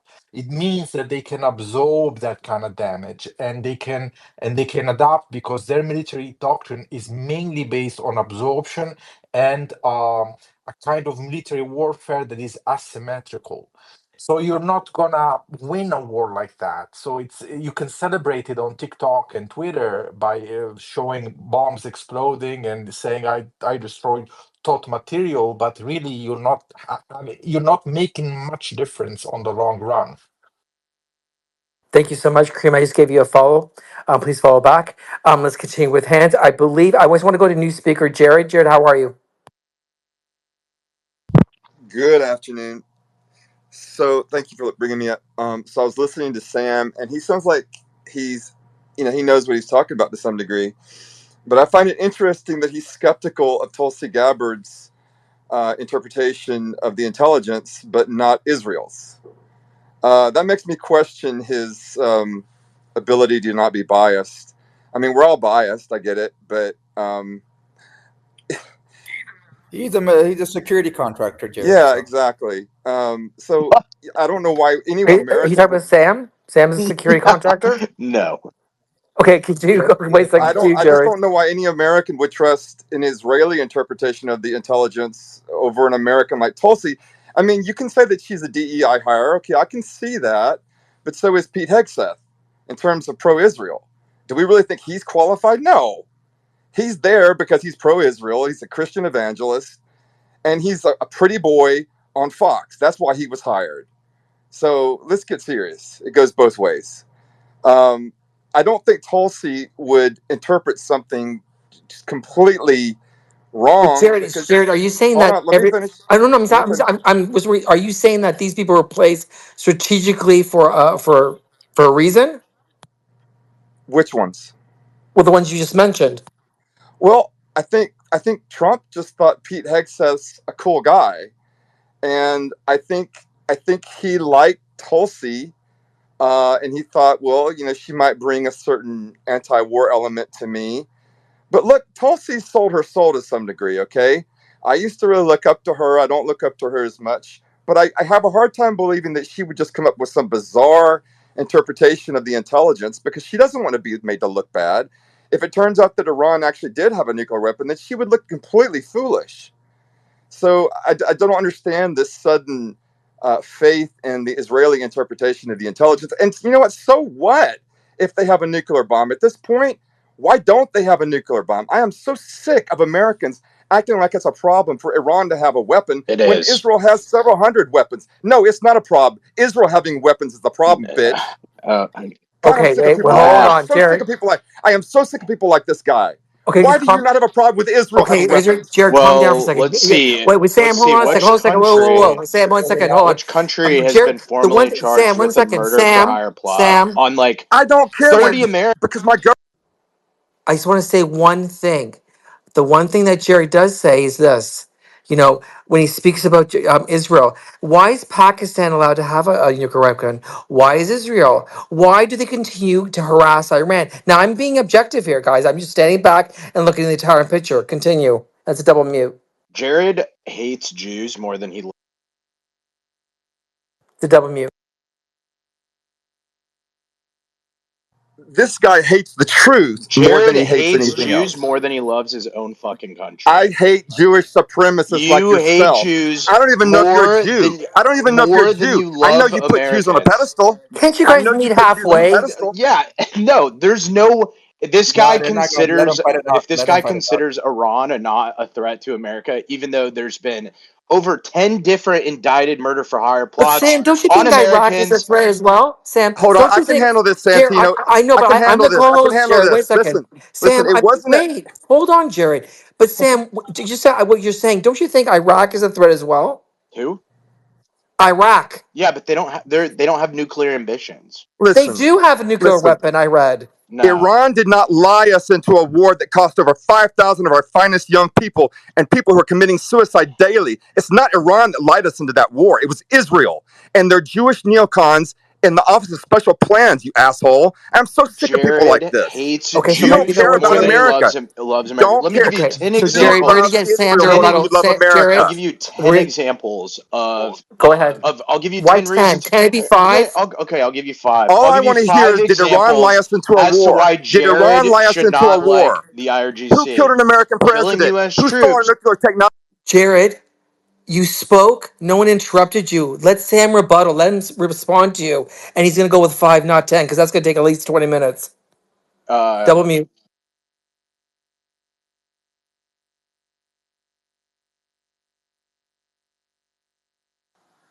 Go ahead, Sam. yeah, Jared's such a patriot, so he should agree that all five of these things are wrong. Killing U.S. troops, plotted assassinations on U.S. soil, cyber attacks on U.S. infrastructure. They flooded Latin America with fucking weapons, and they tried to kill a sitting president. You trust your government? You really trust the American government? I have no idea if these allegations are true. What There's I do fucking know is indictments, Jared. You can what I go and read about it yeah, there are on fucking indictments all the justice.gov. time. Of course there are fucking indictments. It doesn't I mean they're like based This on I place anything is I recorded. realistic. like the sunglasses you people have put on. You We really call those believe that our turkey government is goggles. They like take trustworthy? away your sight to see. Let me tell you something. Let me tell you something. It was not Iran that lied us into the Iraq war. It was not Iran that killed JFK. It was not Iran that stole our nuclear technology. It's not Iran that's He has a constantly point. spying on us. Sammy's got a It's not point. Iran that's a There's not a parasite on our single budget. thing in the JFK files that point to Israel killing The JFK. fucking CIA asked for every mention of Israel to be redacted. Are you serious? I love this. It's like Unbelievable. you look for like one little supporting evidence to make your point No, when it's not there's just that. It's 10,000 not just other that. pieces of The evidence that go biographer of against your point. JFK, And the that's not how biographer of logic works. JFK, That's not how logic the works. biographer of JFK, he's not a conspiracy theorist. He's an old man. He's mainline. He believes Israel had Kennedy killed because Kennedy No, wanted it to was make the sure Soviets. Israel did not become a nuclear It power. was the Soviets. I cannot It was not the stand people Soviets, like my this. guy. I Number am so two, sick of these and phony ass they're not ones Americans killed that the think Phony they Saddam ass care about Hussein, America. Americans. goddamn They lie. put Israel first. They worship Jared the Jew. Jared would prefer 1,000 Americans to die if it meant one Jew died. Oh my God. Dude, No, you are so Sam, and then retarded. but you're a It's no, liar though. it's You're a it's the liar. You truth. lied about Donald Trump. You're a Nobody's trying to traitor, put Donald Sam. Trump. You are a Iran did not fucking try to there kill is traitor. Donald a Trump. You're Don't willing to fucking lie. Don't. there is a indictment. how about you go There die is for an Israel? indictment on the IRGC assets in the federal court. Of course there is. Do you think there's gonna be indictment? Same as the what do you call it, the WMDs, Iraqi You WMDs, Sam, guys Iraqi are talking WMDs. Do you about think there's ever shit gonna be an that indictment doesn't on Israel matter. with our We're government the way talking it is? about Okay, so you know Why what? aren't there any 2025. indictments against Israel? Okay, that's it, guys. Finish it up. I want to go to hands. And sir, please keep your mic muted because I got hands up. We're talking Respect the hands. If you about want to speak, the put your hand. Go ahead. 20th.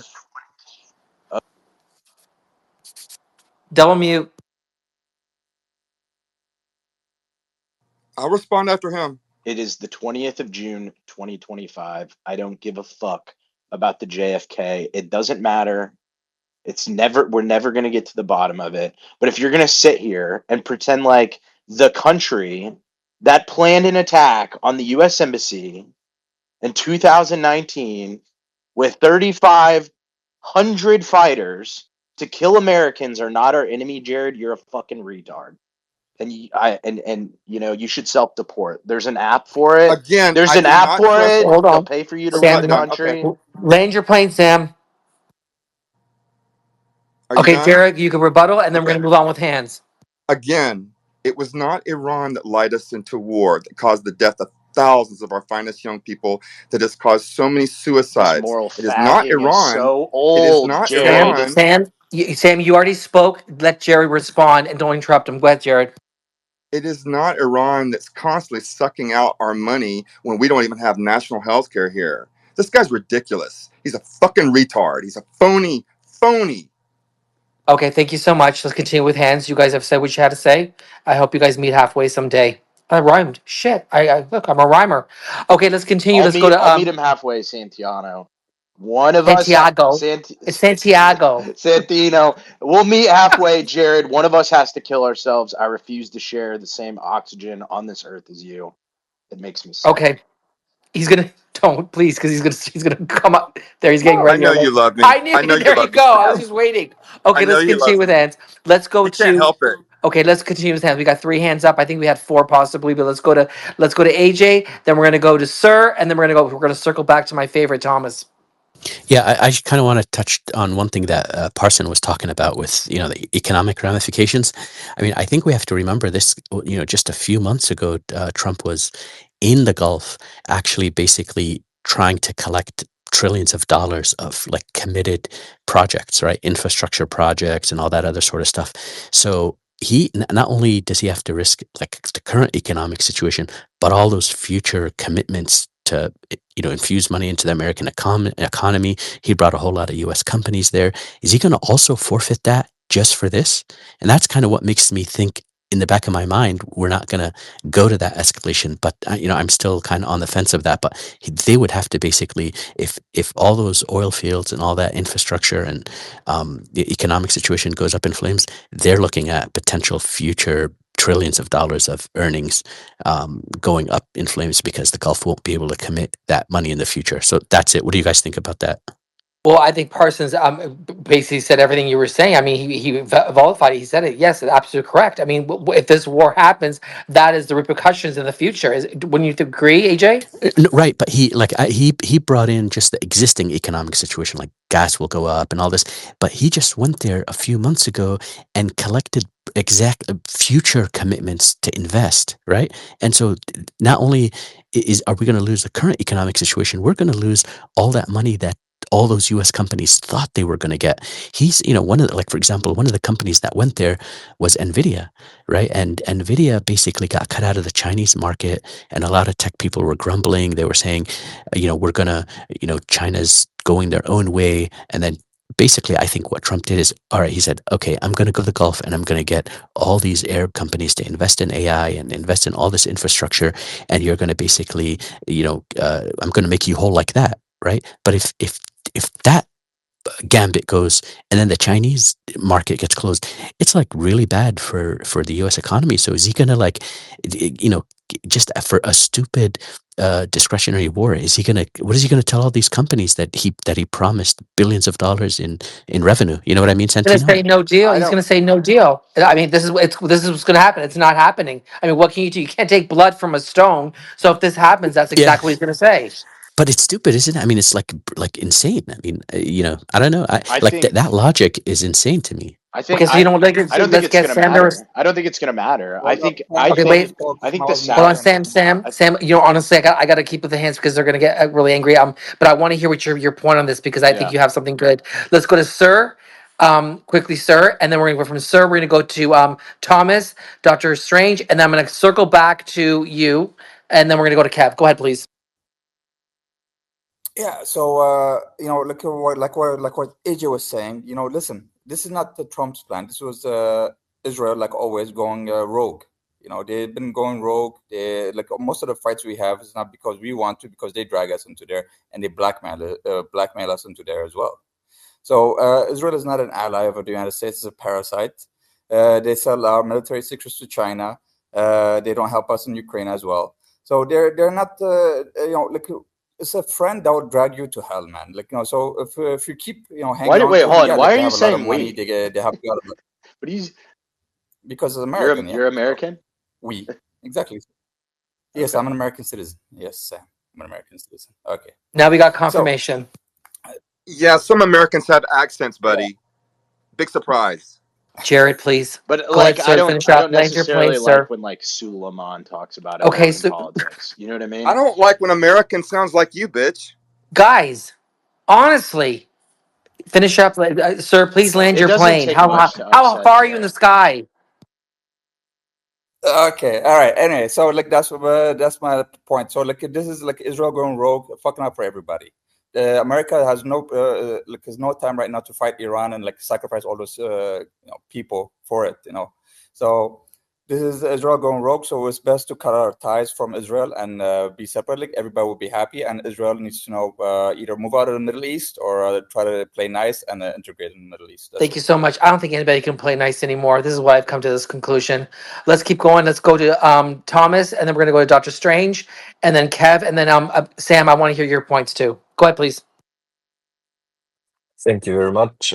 Sam, I will make it my points to you. I've been working in the company of my father with over 200 people. I've been working directly under my father, and I will say to you in this example, I've been always preferring and respecting and trusting the word more of a competent a person from another company than an incompetent person in our company. That's the same thing with Israel. They told us, give us 2 weeks and we finish with that. It's in some days after the week. It should be finished. That's all I'm gonna to say about that. Thank you so much, Thomas. I'm very polite and very well mannered. Let's keep going. Go ahead, Dr. Strange. Dr. Strange. Hey, Santino, how are you? Thank you so much. I appreciate the way you're handling this space. It's really professional, and we need to do more of it. So, I want to go back to the indictment that Sam was referring to because I looked into it, and it's so sus. So one of the indictment is this guy Farhad. Our own Jared, intelligence. mute your fucking mic. That's Mute you're a your fucking traitor. mic. You're a Mute your traitor. fucking mic. I don't You Okay, need might so you mute your Sam. I don't fucking need an mic. Okay, intelligence apparatus to tell me why a You country trust needs Netanyahu. 60 I to don't. 90% enriched uranium. It only has one fucking use. It doesn't go into a normal reactor, Jared. They should go to It Sam, I only came to 100% has in you to my one go opinion. use. quickly. And if I have four Jared, They should one go to second. tons, 100% in my I have Sam, 4 opinion. tons Jared, of one second. weapon Sam, grade I came to you. uranium. Sam, I came to you quickly. I want. There's other people waiting with Well, their there was hands like up. I want you to 4 go real points quickly. directed at me. Come on. Okay, so can I? Okay, so can you answer one of the points? Then I go to a hand and come back to you. Is that okay? Yes, no, kinda. There's just so many points, and you're gonna be speaking for at least 20 minutes, and then other people are waiting. I'll come right back to you. Let's continue. Let's go to AJ. Let's go to AJ, Kev, Parson, and I'm gonna come right back to you, Sam. Then we'll go to Jared. Go ahead, please. Yeah, I just wanted to make one point about the whole Iranian airspace and how it looked like there was a debate about whether or not it was penetrated or not. Maybe it's possible that the Iranians are actually lulling the the attackers into thinking that it's more porous than it is, to wait until the larger aircraft come in and stuff like that, right? Or the war escalates in a deeper way. So maybe they're just sort of allowing some of this drone penetration and stuff like that. Maybe that's just a art of war. I don't know that. Just wanted to see what people thought. Thank you so much. Maybe the future speakers might have an intel on that. Let's continue with hands. Let's go to Kev, and then we're gonna go to Jared, and I'm gonna circle back to Parsons. Sam, did you want to jump in right now? Yeah, I was just gonna say I don't need an intelligence agency to let me know what the purpose of 60 to 90% enriched uranium is for, or why you have 4,000 tons of it. You can't put it into a normal nuclear reactor. It only has one single purpose, and that's to build a nuclear weapon. And I don't need, like I said, I don't need an intelligence apparatus to break that down for me. Thank you so much, Sam. Okay, let's continue with hands. Let's go with who was it? Kev? Go ahead, Kev. I thought you said me. I thought you Sorry, said Jared. Let's go to Jared and then Kev. Go ahead, play Jared. it's called leverage. Iran had every motivation to have as much enrichment as they could get. To show the West that they're serious, that they have the ability to enrich. And yeah, I think they should have created a nuclear bomb. I think it's retarded that they haven't created one already, because people like you will put up with another Libya and Syria that will only lead to disaster. I don't know why anybody in this world would trust our fucking government. What fucking indictment would you trust at this point? I mean, it's just unbelievable. We don't have, indictments against Israelis for a reason. There's a reason why pedophiles get to go to Israel and never face consequences. Our country is fucking occupied and corrupted by people who worship Israel or who are bribed to protect Israel, or are scared of being, their little sex secrets are going to be found out. That's the reality. I mean, I cannot believe we're about to go through another disaster like we already have seen. And that's why I'm so frustrated. And I apologize for getting upset, but I don't know what else to do. I mean, I don't know how other Americans cannot see what is happening year after year after year. Thank you. No, Jared, I feel your frustrations. And, I got to tell you one thing. When Trump says 2 weeks, I mean, it's like when you go buy a shoes, you want the shoes, but you're going to walk away from the store and you're going to think about it. At the end of the day, you know what you're going to do. It's all been planned out. They already know what they're going to do. So it's not going to be 2 weeks. When I say, I'm not talking about timeline, when he says, I'm going to give him 2 weeks, he already knows what the next moves are, what they're going to do. So, I mean, to say that we're going to wait and see, I doubt it. I think he just already knows what he's going to do. He's going to go back to the store and buy the shoes. That's what I'm saying. Okay, let's continue with hands. Let's go with, who was it? Shit. It was me, I guess, after Jared. Yeah. No, you know what? I want to hear Parsons, please, sir. I want to hear Parsons, because he's off the grid. So go ahead, Parson. I appreciate that, and I, Kev, if you start to go off the grid, just talk over me because I can always find a way back. And please get Honey Badger up here, I just sent please. her a mic, and you know what? I have the most respect for people who go off the grid or who want to go off the grid, or even go halfway off the grid. So please We're go on. getting the connection You issues. got, Is anybody else getting them?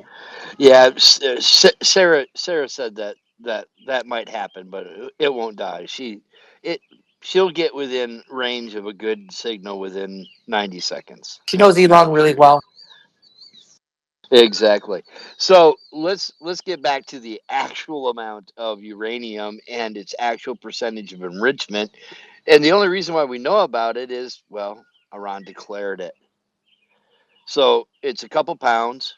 It's 60%, and yeah, Really it'll quick, sorry, take can you guys less. hear me? Go ahead. We Okay, can, great, hon. thanks. You Yeah. got it. See, told you, Sarah's on it, man. She knows what she's doing. She knows how to run a space. So I mean, let's not go too overboard on 4 tons of it. I guarantee you, everybody wishes they had 4 tons of 60% uranium enrichment. That takes a pretty penny and a long time to get to, and we wish we had it. Maybe that's our whole point. I don't think Americans are in tune. We don't have heavy enrichment facilities anymore. We shut them down. We're relying on stockpiles, taking it out of old weapons and hoping, it's all going to be fine. Um, but the point that I really want to make is, number one, it was about regime change. They thought they were going to pull it off. They couldn't. And what Trump is really facing in this whole 2 week period is he is getting conflicting conversations. And it seems like he breaks people off and says, okay, the people that feel this way about it, I'm going to put over here. And the people that feel that way about it, I'm going to put over here. I'm going to go talk to these people without that other people over talking me, over talking them. And then I'm going to come back and talk to them. That might be Trump's role play, but the problem with managing a nation of 340 million people and a what $30 trillion GDP is that the impact of this decision that he says he's going to wait 2 weeks, that the newspapers say that's just another lie, that the administration is just being deceptive and is going to strike early, another December 7th attack done by the United States. But I'm going to tell you, people, and this is why you need to be vocal. I'm MAGA. MAGA doesn't mean Donald Trump. I just want to make that clear. It means make America great again, not Israel, not Russia, not Ukraine, not China. By example, Parson, we're losing you, and I'm Parson. going to land. Oh, can you still hear me or no? I hear you I'm now. gone. Actually, yeah. Okay. All right. I'm going to say this. America needs to stop all this merry-go-round world domination being pulled by the strings of the European elites and the Jewish elites. 90 I would like to see them all thrown out because they've all shown to be corrupt. And we need all kinds of legislation. But in the end, I think, folks, what it's going to come down to is a stupid decision is eventually going to be made, bring the West down to its knees, and then we're going to do the Declaration of Independence again, only against our current existing government, overthrow it, and reform it with what's left. That's where I think our future lays. Thank you so much, Parson. Kev, did you speak? Sorry, I want to make sure. No, not yet. Kev, Not yet. you Spoke, yeah. okay? Go ahead. Thank you so much, Parson. Go ahead, Welcome Kev. back, Never. Kev. I haven't seen you in so long. It's good to see you. Thanks. Yeah, it's been a while. Just been listening and everything. Real quick on that point. And I just want to say hello to Honey Badger, but go ahead, please. On that point Santino made about Trump saying that he'll think about it for 2 weeks. Yeah, there's no way it's going to be a 2 week wait. But anyways, bigger points I want to make, maybe some broad ones and a couple real specific ones. I'll zip through them to address Sam. And my main theme here is credibility. Credibility to me means like a lot. So I've been watching this for about 30 years. I've been kind of like a news junkie, whatever. My brain cells can only remember so much, but as a broad stroke, I feel very comfortable saying that U.S. news, that means Fox, CNN, NBC, all of them, the representation, that means that both the hosting and the platforms, the guests, be it pro-Israel or anti-Israel, the ratio has, if it's not 100 to 0, it's 99.99 to 0.01. That's the intellectually honest assessment of what U.S. news representation has been. And there's nothing anyone can say to convince me otherwise. I've been watching the whole time. You can't tell me anything else. That right there should be a massive red flag. In 2020, Sam's going to have a hard time working his way around this one. In November 2020, Trump, less than a year out of office, gave an interview on an East Coast radio station where he very clearly said and boasted that Israel owned U.S. Congress. Now, he didn't say influenced or owned U.S. Congress. And he paused and he said, and rightfully so. This isn't a complimentary context. What shocked me even more, that wasn't shocking to me. I already knew that for 20 years prior to that. What was more shocking was no U.S. media, not Fox, not CNN, even put any of that on their news. You had the president, a firebrand name where if he farts, it makes the news. He just said a foreign entity controlled U.S. Congress. It didn't make the news. The U.S. news, for example, when Yemen says it's going to target shipping going specifically to Israel to break the genocidal siege of Gaza, all it reported was Yemen is a terrorist entity. It doesn't state what their obvious statement was. We want to break the siege and allow humanitarian aid in.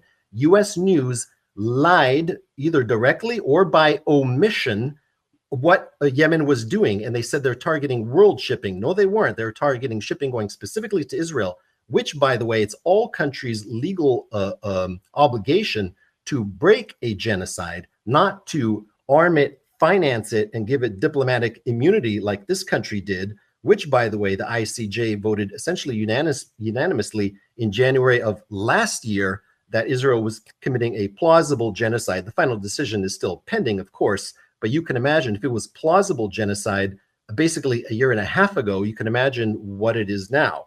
One very small, I'll make two very small points. Ted Cruz, real quick, I'm sure people saw that video which came out about him addressing the room of Arab Christians, where if you don't stand with Israel, I don't stand with you, and they grumbled against his wishes. I was watching that in live time 10 years ago, so you can imagine how sick I am of all of these things. And I have a lot of them remembered. Ted Cruz also, by the way, his last two national security advisors, and not many senators, if any others, even have national security advisors. His last two, they weren't just American Jewish, they were from Israel. You can do the probability math. What are the chances of that in a country of 350 million people? For the national security advisor has to be from Israel, okay? And one of them who left his post, he went to be a legislative writer in Congress to write laws like what you see going on, the limit of free speech, the anti-boycott laws, where in about 40 states you may not boycott Israel. You can boycott American goods, that's okay. Where's the patriot Sam and people like him speaking out against that? I don't hear it. My very last point, when you hear used car salesmen tell you, for at least in my case, for 30 years, every day, our greatest ally, our friend, our greatest ally, do any of you, at least who are old enough, for your best friends and whatnot, do you always tell each other, like on email or phone, that, hey, we're friends, right? Do you have to confirm it every day? When you get that fake sales pitch, that's what actually set me off about 30 years ago. It wasn't somebody telling me they owned it. It was them themselves telling me. And that's what I wonder why more Americans haven't picked up on that. That's it. Thanks. Thank you so much. I'm just reading something right now. I was just about to post it. I'm going to wait though. Pakistan has officially nominated President Trump for the Nobel Peace Prize after he helped mediate a peaceful deal between Pakistan and India after a war almost broke out between them. So that's going to Go. be I'm going to be posting that very soon, regardless. But anyway, I thought it was very touching the what we're talking about. Let's continue with hands. Let's go with who is next. Let's Wait, go to are Sam. these people fucking serious? We are on the brink of World War III, and these motherfuckers want me to be excited Why are over you some doing this ending to of me? a subcontinental skirmish at the border? Dude, I Bean kid you and not. Suleiman are gonna be foaming from the mouth. Wait, I do have another. Hold on. I have another statement from Putin really quickly. Let me read this just real quick. Um, Despite the complexity of the situation around Iran, we've built a nuclear reactor in Bushehr. We've signed a contract to build two more. And despite the difficult and even dangerous environment, we will continue this work.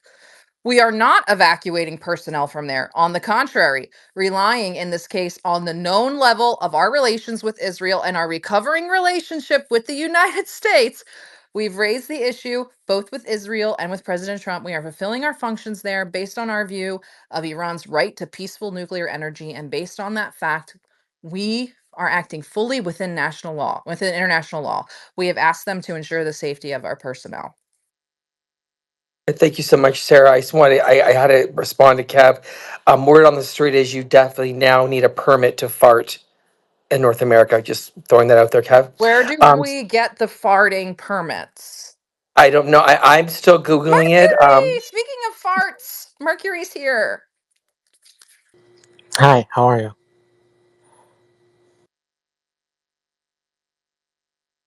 Also Doing rude. I great. don't know if I heard you correctly. Yeah. I Santino, can I did. go?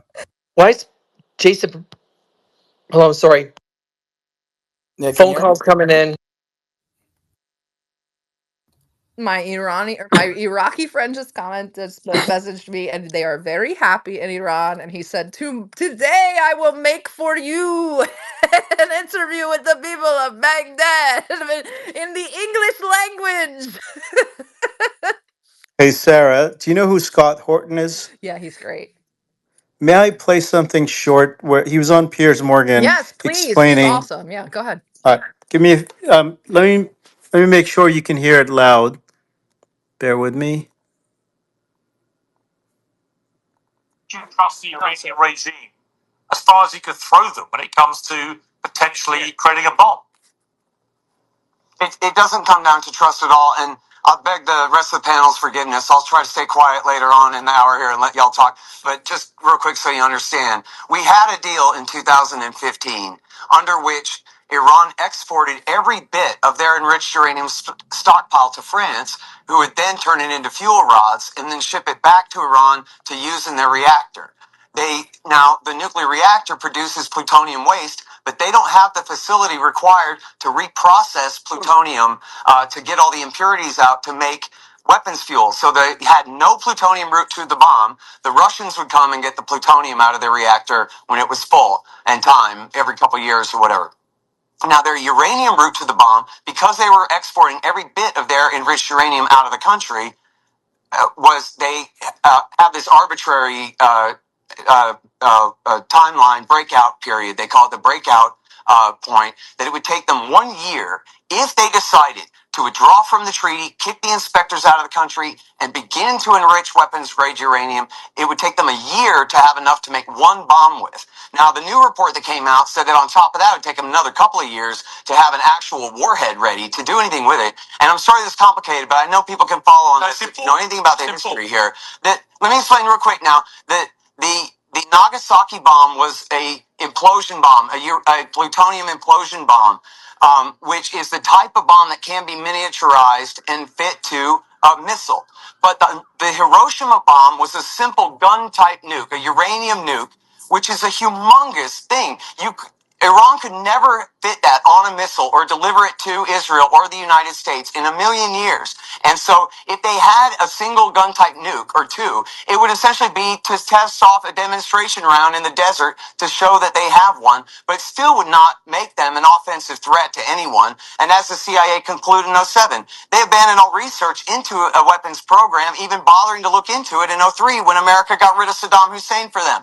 And so, the fact that they've had now, I'm sorry, get to your point. Donald Trump left the treaty or the agreement in 2018. Now, Pierce, it's complicated, but according to the agreement, Iran is allowed to stop abiding by some of the restrictions in it if America breaks our side of the deal. They actually are still within the larger agreement, even while ceasing to abide by some parts of it. Now, that 60% enriched uranium stockpile that they built up is clearly, just as it was in the Obama years, is clearly simply a card to play in negotiations to deal away. That uranium is there to give up if they can get America to back down and lift the sanctions. That's all it is. If they wanted to make weapons grade uranium, they could have made weapons grade uranium. They weren't doing that. They're getting closer because it's a card to play in negotiations. And now and one last point, and then I swear I'll stop. And you made this point. Nothing changed. Tulsi Gabbard, the director of national intelligence, says nothing changed. They did not break out toward a nuclear weapon. There was no casus belli here, even if you accepted the premise that you could launch a preemptive war to prevent them from getting a nuke, which is a whole other argument. But even if you accept that premise, nothing had changed in Iran other than the timeline, the arbitrary timeline of Trump's demand had expired, and you hear Trump and the rest of the hawks trying to conflate having a nuclear program at all with being on the verge of achieving a nuclear weapons capability. And this is what George W. Bush called shorthanding it. In other words, they just imply a bunch of lies because they can't explain what they mean. It ended there. And also, I want you guys to know that I didn't know this until like a couple days ago when I was writing that article. Peter Thiel and Palantir were behind pushing Trump to shred the JCPOA. Just so you guys know that. And now That's they crazy. own and run the software that is running the predictive models that say we should bomb Iran because they may make a nuke. Do you guys understand what's happening here? I mean, I'll go back and replay the Palantir clips again, where we have Peter Thiel telling us that he does not question Israel. He defers to the IDF and he will not question them. And we also have a clip of Alex Karp saying that the UN is an evil organization that is used for nothing good and that we must make the enemies of America feel scared everywhere they are. And Even your Sarah, last mistress night He I and said your posted that. I'll cousin. one take your second. mistress's bank account too. Anybody involved, he said. And We're Sarah, so cooked. yesterday I posted a clip. Palantir bionic drone the size of a mosquito has been invented by China, which it can be used to recognize people and other special tasks as collection of documentation on a battlefield, and can be launched by by the simple application using your smartphone. And that is Palantir.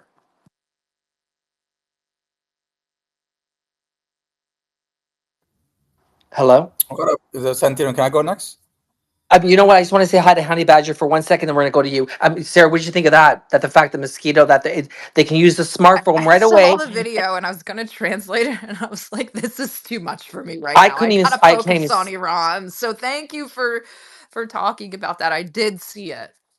It's unbelievable. That is how far Plantier is. Say it. I can't even say it. I'm so stressed out. Plantar fasciitis. I had that before, by the way. Listen, if you have plantar fasciitis, what you have to do is you have to go to the running room and you need to get these socks and you put it on. There's a Velcro that goes from your toe to your knee. I You can't. sleep with I it. can't. Well, wait a second. What happens is when you're sleeping, you relax your foot. Then when you get off the bed, you stand up and you tear your tendons in your feet every time you wake up in the morning. The idea is to sleep in the standing position. That's why this sock was invented. It's phenomenal. I had them both because I used to walk to the salon and home 5 kilometers a day with dress shoes on. And I didn't know what the hell I was doing, but I was walking like the runway, stomping down 5 kilometers 4 days a week. And this was painful. Go to the running room. I don't know if the United States has it. Do not send me letters. It's a sock with a Velcro and it will This is solve your why I keep problem. Santino around. He's constantly teaching me new things about plantar fasciitis and lace front wigs. Let's move on to our next speaker. I think it's Ayub Khan. Thank you so much, sir. I really was me, appreciate it. Sarah, whatever. I just came to say Pakistani army chief, slave of everybody, especially of the Zionist and America. He have no freaking power. If he have power, he will make Modi as a Peace Prize winner immediately because all he want just to get extension for the next couple years. That's what he wants. So he can be bitch of anybody if that can give him that extension. So don't worry about them. He's a freaking dickhead. He have nobody else. Thank you. Thank you. Santino, Oh, yeah, I thank you just so want, much. Yes, sir. Go ahead, sir. And then we're going to go to Honey Badger because I want to hear Honey Badger speaking. yeah. Well, not that So I speaking. just want to I do say, get turned on when she speaks, though. Go ahead, sir. Enough. okay, I had to go pee. You're not the only one, Santino. hey, I have to go what it called take on what Sam said, his nonsense about they tried to assassinate President Trump and that stupid journalist who nobody gives a fuck about. I don't even think the Ayatollah or any of the IRGC people even know her name is.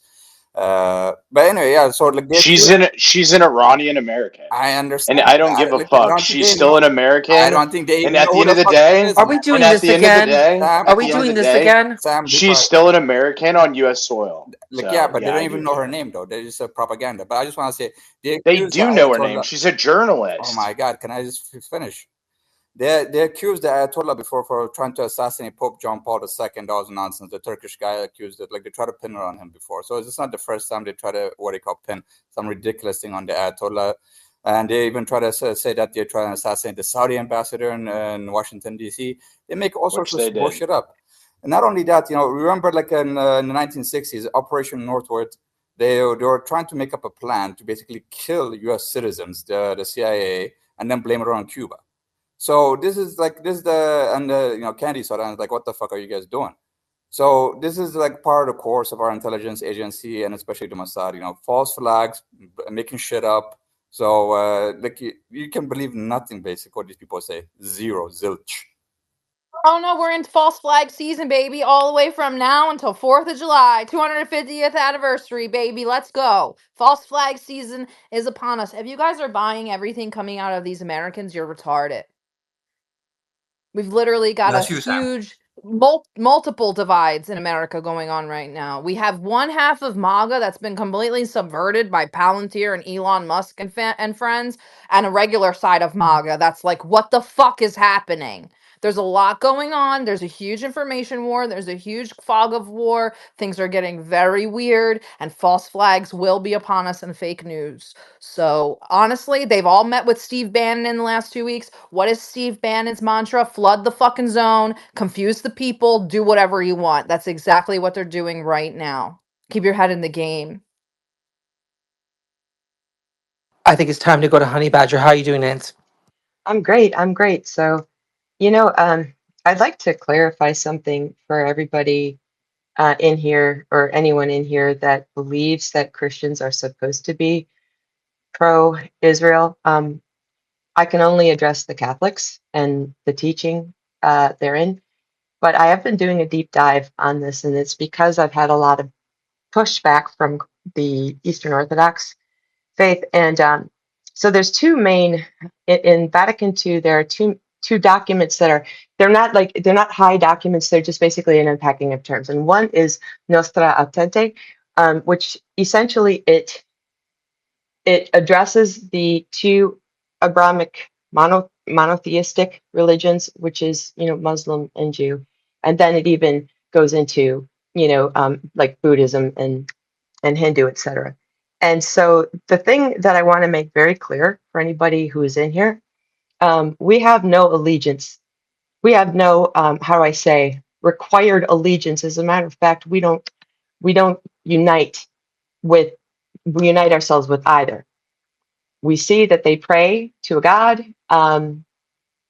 and we see that they have like different ways of worship, if you will, but neither is better than the other. And so for the people who like to push back and say, but Jesus was from the line of David, yes, he absolutely was. However, you know, after Jesus died on the cross, all bets are off. Now this is the new covenant. And so even if people want to bang on that, well, I would say to you, and this is the opposite argument, well, you do realize that there is respect paid by Muslims to Jesus. You know, they see Jesus as a prophet, and they even venerate the Blessed Mother. So just as much as you would like to believe that we have some allegiance to Judaism, because Jesus was, you know, from the house of David, well, then I would say to you, yes, but they have absolutely no tie, no care, and no concern for our Lord Jesus Christ. So if you want to compare apples for apples, let me say this to you. You know, Jesus Christ died on the cross, and after that, we have a triune God, and the other two just aren't seeing it through the same lens. So I hope that clears things up for I am people. I so have an glad honest you said that. question And for I you. also want to iterate, and I've said this before, the Shia and especially the Ayatollah are the people that have come out more than once about the Virgin Mary and about Jesus Christ. The Ayatollah and the state of Iran was the first state to come out and condemn the disgusting display at the Paris Olympics. And Shia, in terms of Islam, are the most closely related to the Catholics in Christianity, period. So stop fucking around. We're not uniting with your retarded ass Zionist MAGA. We are our own body. We have our own centralized leadership in the Pope. Not my fault you guys want to subscribe to televangelists that steal your money and hide it behind toilets. Next. Oh, I have another statement from Putin. This comes on the heels of what he already said today, that Iran and Russia were fighting the same forces. This is the same talk, okay? So understand this. We're talking about the same. I'm just translating it little by little.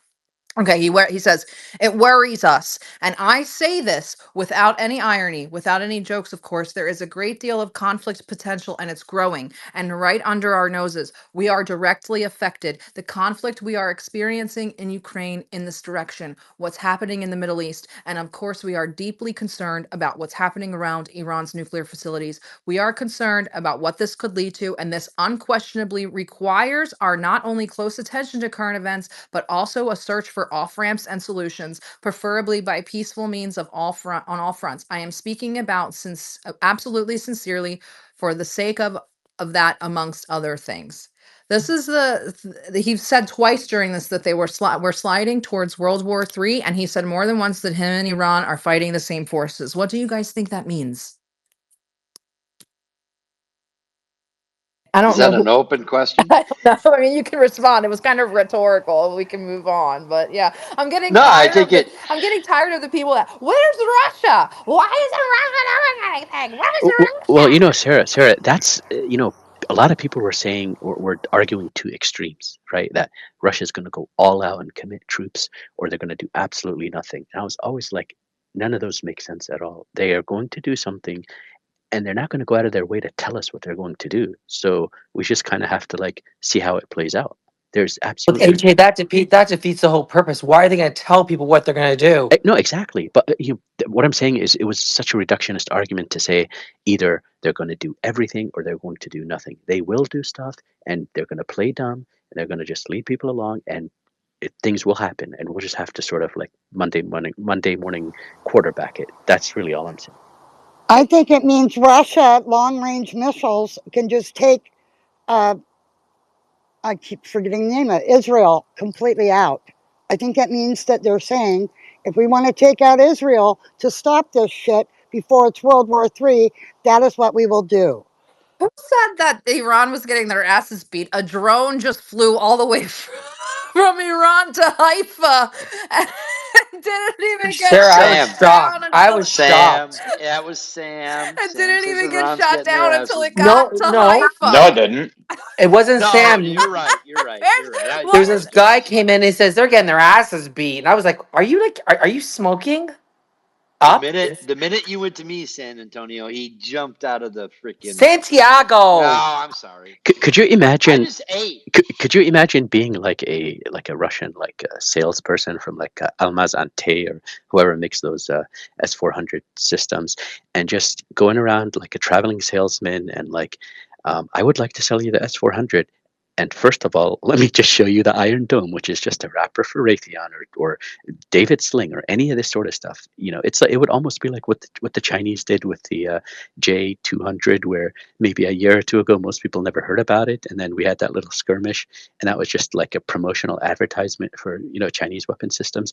I'm kind of confident that they're happy to let this play along a little bit, just to like ding and ding the reputation of the Western air defense systems, because this is kind of if a little drone just sort of buzzes across like three um, uh, AJ, they're not territories. little. Okay, little, big, it doesn't matter. I mean, it's even worse if it's big, to be honest, because it should have like a bigger profile. But yeah, all I'm saying is, whenever people say Russia's doing nothing, I think Russia's just happy to watch this, and the sales are going to come in. It's going to be like that little meme, the Scarface meme, where it's like, you know, where they're just like on the phone laughing and then just like counting money. I think that's And what's going to AJ happen. also, AJ, another thing is it distracts people because people are not focused on Ukraine right now. All eyes are over here, so it helps them actually. So they're just in there going, "This is perfect for me. You're lining it up for us." Exactly. It's just it's such a like alley oop. I mean, they and in fact, it's also going to show a lot of countries that you are always going to be a proxy, a redheaded stepchild that will always be discretionary, and when it Are you bringing gingers into this now? I have a um, clip of Trump if you guys also want to laugh. This comes after the statement from Iran's FM, sorry, that said, we won't be negotiating with anybody as long as Israel's bombing us. So here's Trump. 20 European help at all talking with Iran? The journalist asks, did Europeans help at all in talking with Iran? That's the question. Hold on. Help at all talking with Iran? No, they didn't help. No. 20 Iran doesn't want to speak to Europe. They want to speak to us. Europe is not going to be able to help in this one. They don't want to talk to Europe. They want to talk to us. This is after they refuse to talk to us. What the fuck is going on? Optics. Go ahead, Parson. I don't know if I cut off It, AJ though. it was Parson. It was Parson, and then Jared. Go ahead, Parson. I'm going to have to vacate the room I'm in because the birds are going to start screaming here in a minute. Their TV is on. It's getting close to Is it bedtime. So, cockatiels? oh no, it's Daisy. Good night, Daisy. You're a good girl. I get it. No, Daisy's a yellow-crowned Amazon. She's going to turn 20 next month. Lola is an African gray Congo, and so is Dottie, an African gray Congo. Those are my parents. Now, all right. So first off, Honey Badger, thanks for bringing up the religion side, folks. Just open up the Book of Acts. That's all you got to do. It's all in there. It's not just in there. You know, you heard Homeboy talk about Genesis. It's in Genesis. Well, the first promise went to Abram before he became Abraham, and that he would be the father of many nations, not one. Now, when we talk about Israel, well, Judea isn't Israel. Israel was the northern kingdom. The word Jew comes to the Judeans. But at the same point, I mean, I did a deep dive too, Honey Badger, and if I had my little notebook, I'd open up all the scripts and point you right to it. That Israel is God, is Jesus Christ Himself. It's God. It's to be a part of God. It's not a place. It's not. It's not. It's not a religion. It's not. It's this whole concept of what they're saying. Now, in addition to that, I mean, let's be honest. If you can show me a Jew that's got at least 15% of Semite genetics in it, that's in Israel today, that wasn't there from back in the first century AD, you'll be lucky. Um, and most of them didn't get, their family origins go to the Crimea, the southern Russia and Turkish areas. So that's just a reality. Some rabbis did some good preaching. They went out and scattered, because the Christians were taking over. Now the the Muslims and Christians had a fabulous relationship for over a millennium. In fact, if you go to Wikipedia, which will break down what the majority of faith in a region was, you will find from the second century AD until the 12th century AD, the majority of people that were in what's called Palestine were Christians, even though for 700 years of that period, the official rulers of it were Muslims. Okay, and I can show you the first, this twist of history in modern time, especially, and it's both. It's not just in the West; it's also in Islam. One of the reasons why Christians and Muslims got along so well is there's two very important surahs inside the Quran, and both of them direct. They speak. One speaks to the fact that this is the final word given for the Arab peoples because all other peoples had received the word from their prophets. This is the Arab prophet to bring the word. So that's why you find the book of Mary, and the Muslims believe Mary is holy and Mary was a virgin. They believe all that. Okay, we have some disagreements, but there's one thing that's in the scripture that got twisted, and it all started with crusades because you started to build hate and dislike, and that seeds in inflammation, meaning like an infection. So you hate me, I'm going to find a reason to hate you. In the Quran, and I'll get you the exact verse, Muslims are encouraged that if there is a disagreement in their script or an understanding, they're to seek out the Christians, the people of the book, for the answer.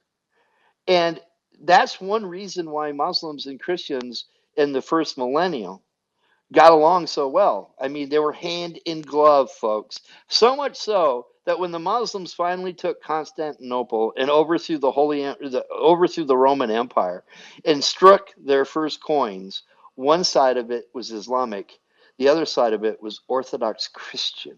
They did that for a reason because they believed they represented both people. And never forget that the people that Saddam Hussein put in charge of his government, they were Chaldeans. I'll end with that. One thing you missed is that the Orthodox Jews believed that Muhammad was a prophet of God for the Muslim people. Of course, we do not believe that Jesus was the Son of God. We don't.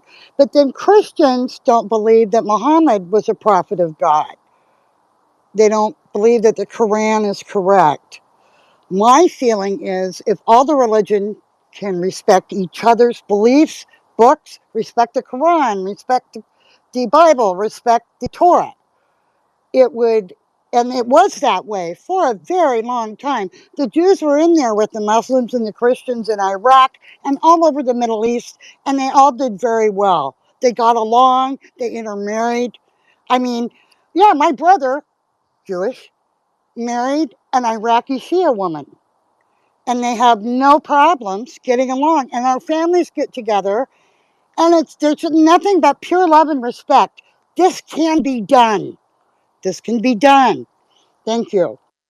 And if I can I add to One Parsons, second, AJ. 1 second, sure, please. We have two hands before you. sorry. 1 second, no problem. So let's go to Jared, and then we're going to circle back to Honey Badger, and then Doctor Strange, and then we'll go right to you, AJ. Go ahead, I'm Jared. Thank you. So, speaking of which, I don't know if you guys had a chance to see that video of the Ayatollah visiting that Christian Iranian woman. I don't know if she was just putting on an act, but she genuinely seemed happy to see him and honored to see him. And I observed his interaction with her. He seemed genuine. He seemed to have a genuine affection for his, Christian subjects. I mean, I want to talk about the Christian Zionism argument. Like, my tack that I take with the Christian Zionists is not to try to convince them that, Jews are not the chosen people. That's their business if they want to think that. However, if you look at genetics research, clearly the Palestinians are just as connected, if not more, to the ancient Israelites genetically than are most Jews. I mean, the genetics research is very clear about this. I mean, there's conflicting evidence, but the best evidence shows that most Jews have a 30 to 60% European admixture, whereas the Palestinians are almost entirely Levantine. You know, they're a mix of different peoples: Canaanites, Phoenicians, probably some Greek in there, Arab, of course, and Hebrew. And it's just retarded. Like, okay, so most Israelis are not even religious. But you've got Palestinians who may not be Jewish anymore, but they're still genetically connected to that chosen people.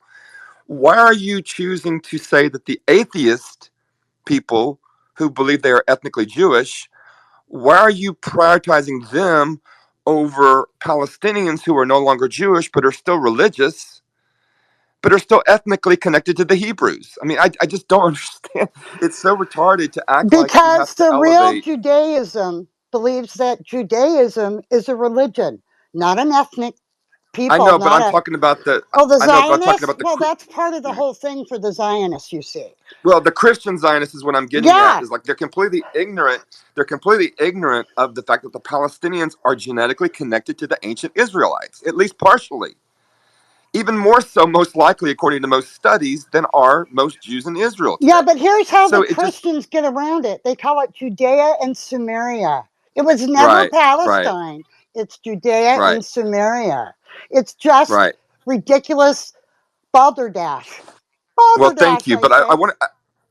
And if I you want to and say. if you go up to someone and say that you're not Jewish, you're Israeli, oh boy, what will look out. Well, I just want to say one more thing. You know, Trump has made such a mess of this. Like, I just want to get your opinion, guys. How is he going to save face? Either way he goes, look, if he does not bomb Iran, they're going to call him a coward. They're going to call him Taco. Trump always chickens out. And I'm sure there are many on the left who will go along with that just to destroy him. Um, and on the right, like, I mean, you know, if he does bomb Iran, most likely Iran's going to respond, and the economy is going to really suffer. What a mess this egomaniac has created for himself. And I'm just trying to think: is there some way that he can save face? Well, And there Jared, be, there's yeah, another branch to this that is going to blow up on him big time, and that is Palantir. When these MAGA people find out that they can get speeding tickets because they have their phone in their car and the cop never knew, he just drove up to their house and ticketed them. When they start having all this ID and biometric shit in them, that right, is going to be his legacy, I promise you. right. And the But in thing terms of right about now, MAGA that is making me mad right now, they are not owning Palantir. They are steering clear of it. They never mention it. Even Candace Owens, man, they don't talk about I know. Palantir. Well, listen, Candace Owens. I agree with that, but that's a very good point. However, I want to get people's opinions here. Is there any way that Trump can save face and not there not be a fucking disaster either way you go? Well, Jared, listen, and I'm not trying to be funny, but why is everybody shaming tacos? I mean, honestly, why taco? I guarantee you Trump did not like that term. Again, is there some way that he can save face and not create a disaster? I He think seems. part of the We'll get some other strategy. people's too. You know what? I'm gonna keep going with hands, and I'm gonna see if someone else wants to see what he. Okay. Yeah, how's that, Jared? So let's go to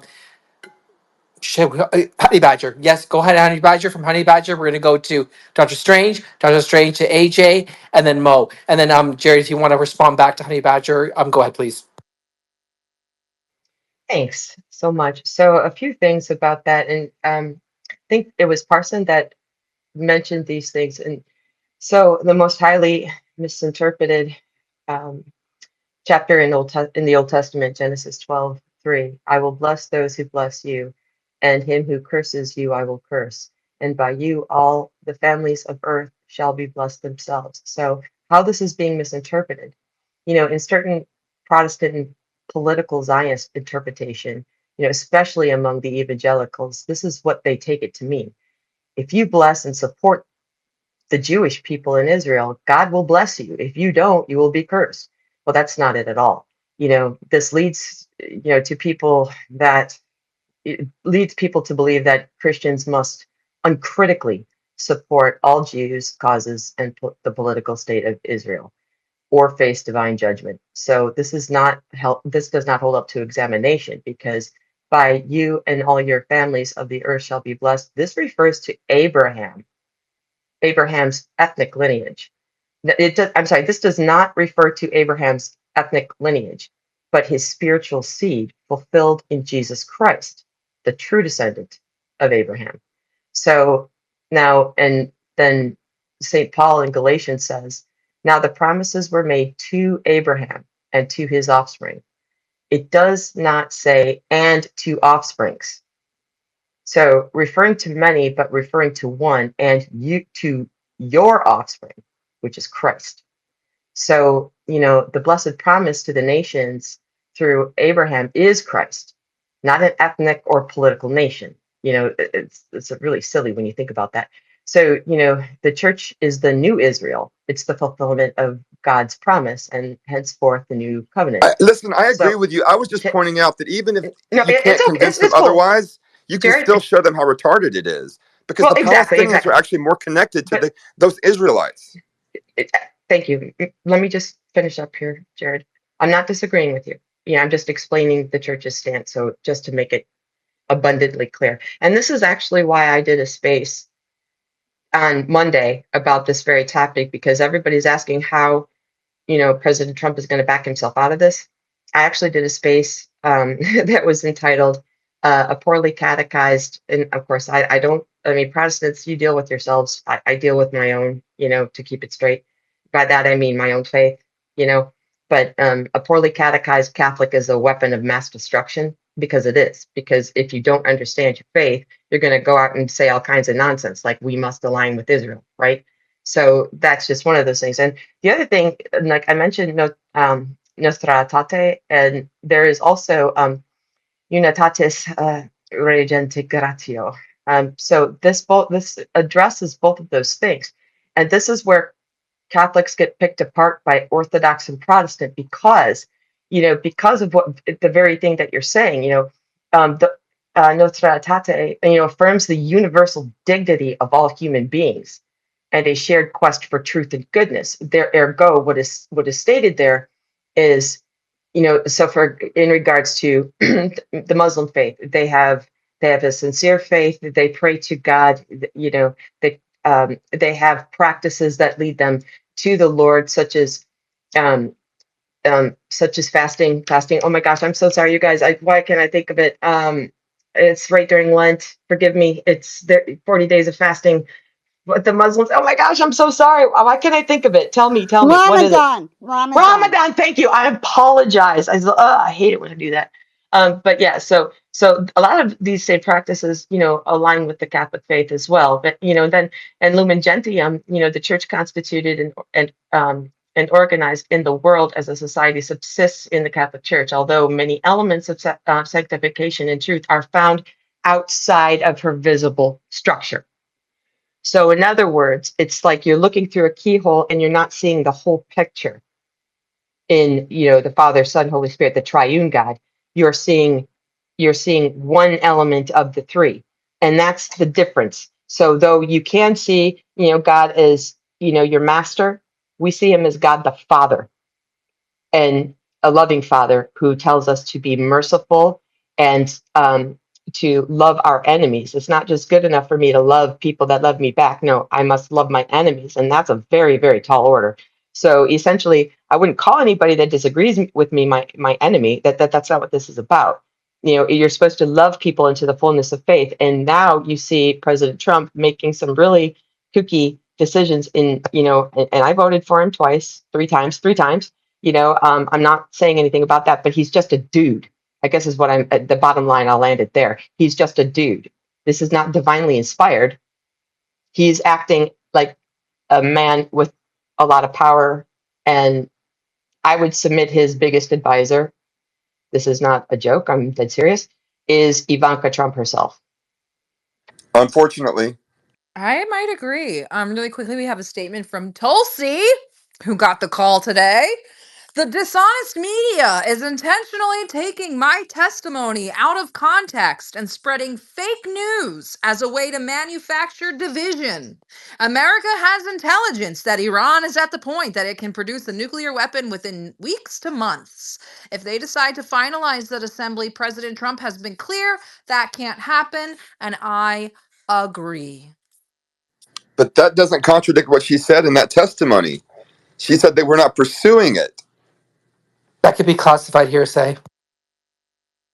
Also, from CBS News, so grain of salt, US and European diplomats confirmed that there are confidential conversations about who would lead Iran next, whether the nuclear sites and material can be secured, and the potential environmental and health fallout for regional allies from military strikes on the nuclear facilities. Thank you so much. Let's continue with hands. We have 4 Let's hands try up. to steer away from the religious conversation because I think Honey Badger put a perfect pin in it, and it really doesn't need to go further than She that. Or tied it with a Tiffany yes. bow. So it really doesn't need to devolve into a religious debate. Thank you a lot, Honey Badger. And if you want, put your recorded space in the nest, please. I don't know who's next though, Santino. I'm Yeah. totally irresponsible. No, you're not. You're absolutely not. We were going to go to Doctor Strange, and then we're gonna go to where is it? Oh yeah, Mo. So actually, Doctor Strange, let's go to Mo because Mo has not spoken yet. He's a new speaker. If you don't mind, Yeah, go ahead, that's Mo. fine. You Go the ahead. stage is. Oh, yeah, thank you so much. Go ahead, Mo.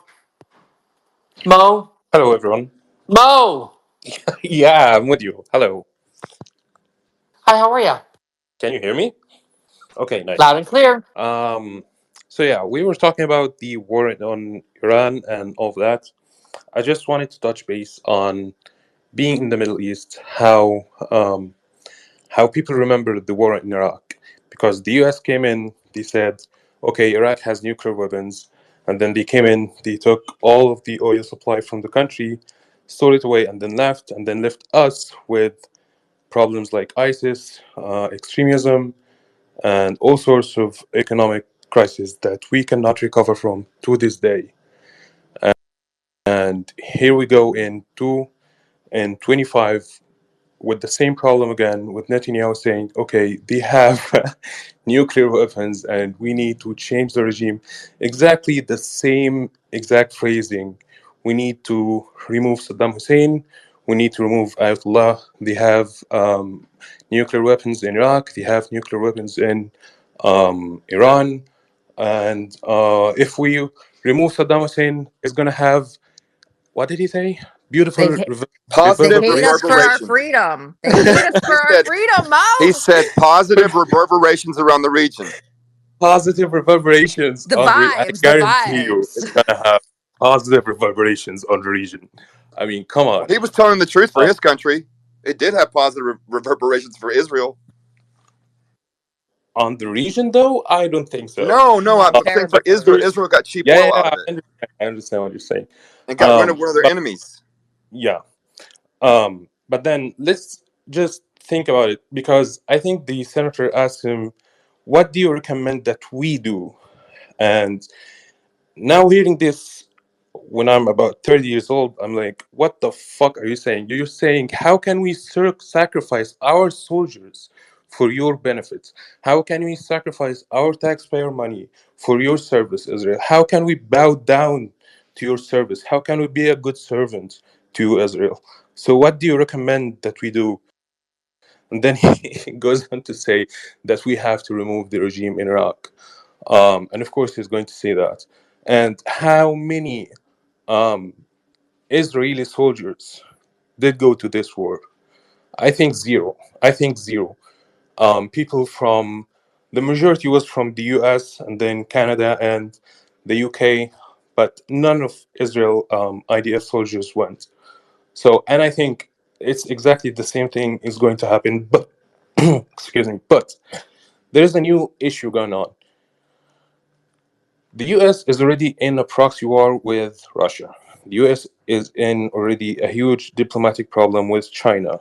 And you are now going to a new front with Iran. So you're going to be fighting on 3 fronts: Russia, China, and Iran. Keeping in mind that the war on Iraq cost around, well, 2.3 trillion. I just researched it. About 2.3, $2.5 trillion. But now the U.S. economy is about, I think, 7% deficit. So I don't think that the economy is going to sustain a new war with all the aid going to Ukraine already, all the aid going to Israel.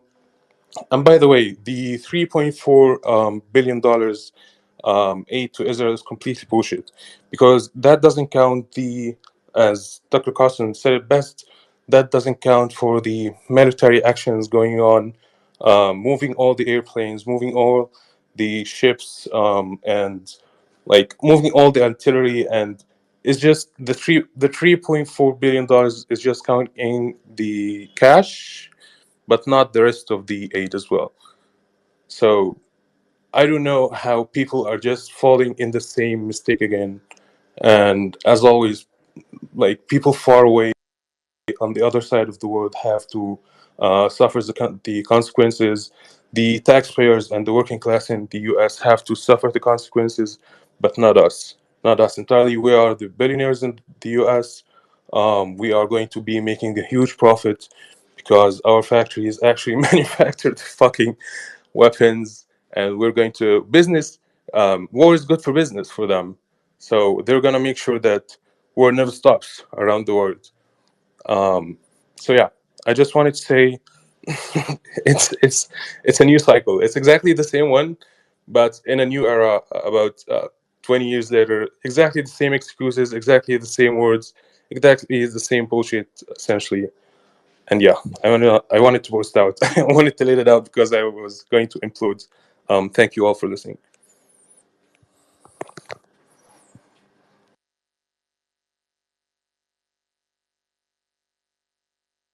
Cool. Oh, And I'm not I here. didn't realize that it was Pakistan that nominated Trump for the Nobel Peace Prize. Can we all clown Pakistan for a minute, who earlier this week was saying they would jump in the war on Iran's side, and one lunch with Trump later, they're They're willing to Zionists. give him the fucking Nobel Peace Everybody Prize knows this. for They're ending the Zionists. war that Pakistan was winning. It's the same. It's that.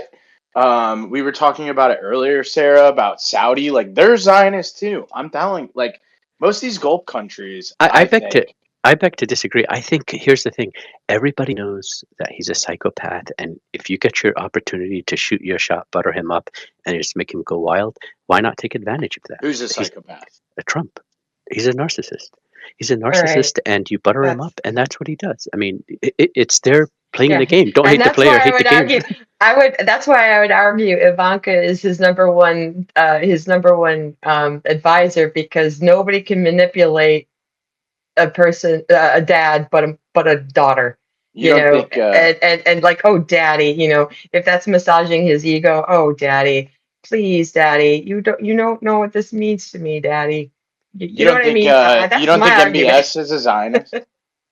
I don't know. I'm just saying. Don't Honey and Badger, and don't, she is the sharpest Trump of them all. Yep. She is the sharpest of them all. backed Of by all his Jared, kids, absolutely. Yep. She's the backed by best. She's Kushner. the best of the Well, bunch. I mean, the jury is still out about Barron. We don't Yeah, know he's much too about him quiet to yet. get a good read yet. Barron's a groiper. We've already found out Baron's a Barron's a He's groiper. groiper, Yeah, guys. that's He right. is a groiper. it's the We it's have the I it's the can heads. quiet. confirm it Well, I'm just saying 100%. it's the quiet one you need to look out. You need to be watching, right? It's always the quiet one that's the most dangerous.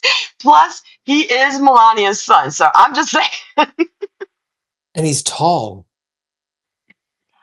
there's He's a something Yeah, he's about like that Slavic kid. 6'6" or specimen. something. He's like more like 7 feet. They're bringing back the Giants. Mm-hmm. But He got the why good would it? drugs. Why would a nation take advantage of Trump's weakness and butter him up and then just totally derail him? I mean, that's what they do. I mean, it kind of sounds like a sound strategy. Why would you not use that weakness against him? Everybody's done that for years. I mean, that's what they do. They stroke them up. They give them prizes. They try to blackmail. I mean, AJ, everybody's done it for every president for years and years and years. I mean, Yeah, but what the he's hell? so vulnerable to it. You know what, you should go to Oh, him. they're all vulnerable. AJ, please, come on. They're all But you don't vulnerable. think Trump Please, is you guys more? have been You playing don't at think Trump. Trump is more vulnerable? No, hey, they're all vulnerable. They're all vulnerable. Don't you understand? They all are vulnerable to Israel and the money, the APAC money and all the money. And he just doesn't care because this is his last term. He does not give a crap. This is his last term. He doesn't have to get reelected. They've got Vance in place. All he's got to do is cruise through and get stuff done that he wants to get done and play the idiot box. That's it. You But guys it's are not giving him just too much The money, tech, credit. though. the tech bros agree with Auntie. Just say. Yeah, Auntie, I don't think it's just money, though, right? I mean, I still think Matt Gaetz is one of the sharpest, one of the most articulate, uh, politicians out there. But If he was, he wouldn't have unfortunately, married that Indian woman. I'm referring to Matt Gaetz. He didn't marry an Indian woman. Oh, I apologize. I'm Matt sorry. I Gates apologize. married the sister of the CEO of Yep. Anduril, Palantir's junior partner. Really? I didn't I know was that. thinking JD Vance kids. Yeah, I'm sorry. I'm my JD Well, Vance brain. well, there you go. There- that guy had a lot going for him until that whole debacle about with that other guy who who basically I think there's something very fishy going on with that other guy who came in. But in any case, Sarah, I did wanted to mention one more thing just to corroborate to what Honey Badger was saying regarding the religious talk. Not debate, just a corroboration. It'll be quick. Okay, go quick. Thanks. So you folks know the Church of the Holy Sepulchre? Sepulcher. Sepulchre. My apologies. It's the site of crucifixion, Jesus' tomb, and resurrection. 1400 years ago, the different Christian sects were arguing and contesting as to who would be the custodian of the church. So the patriarch of the time, his name was Sophronius, he basically requested a neutral custodian, and they ended up giving it to this Muslim family called Nusayba.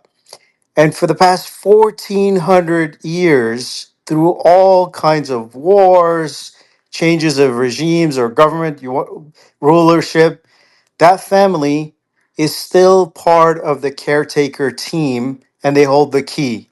So that just goes to show you what I believe some of the other individuals were saying. There was harmony between these two religions. They weren't like necessarily fighting with each other. And then there's a verse in the Quran in chapter 5 verse 82 where it says, and nearest among them in love to Muslims, you will find those who say we are Christians, because amongst these are men devoted to learning and men who have renounced the world and they are not arrogant. And the first place that gave refuge to Muslims who were running away from the pagans was under a Christian king in common day, what's the name of the place? Abyssinia, Uh, Ethiopia. Abyssinia in Ethiopia, and they so Christianity has this very or Islam has this very soft spot for Christianity because of these incidents historically, because they were given refuge. They essentially were going to be massacred or persecuted, but this Christian king gave them refuge. Anyways, I'll end it there, but I just wanted to corroborate what others were saying, and I thought it was important to share. Okay, back to Putin. I don't have much else left from Putin. I'm still kind of going through the statements, but I'm really happy with everything that he said today, especially someone who follows Putin very closely. I'm not the hugest Putin fan. I wish he were more violent. He's not a hardliner enough. But someone who follows Putin very closely and pretty much analyzes all of his speeches.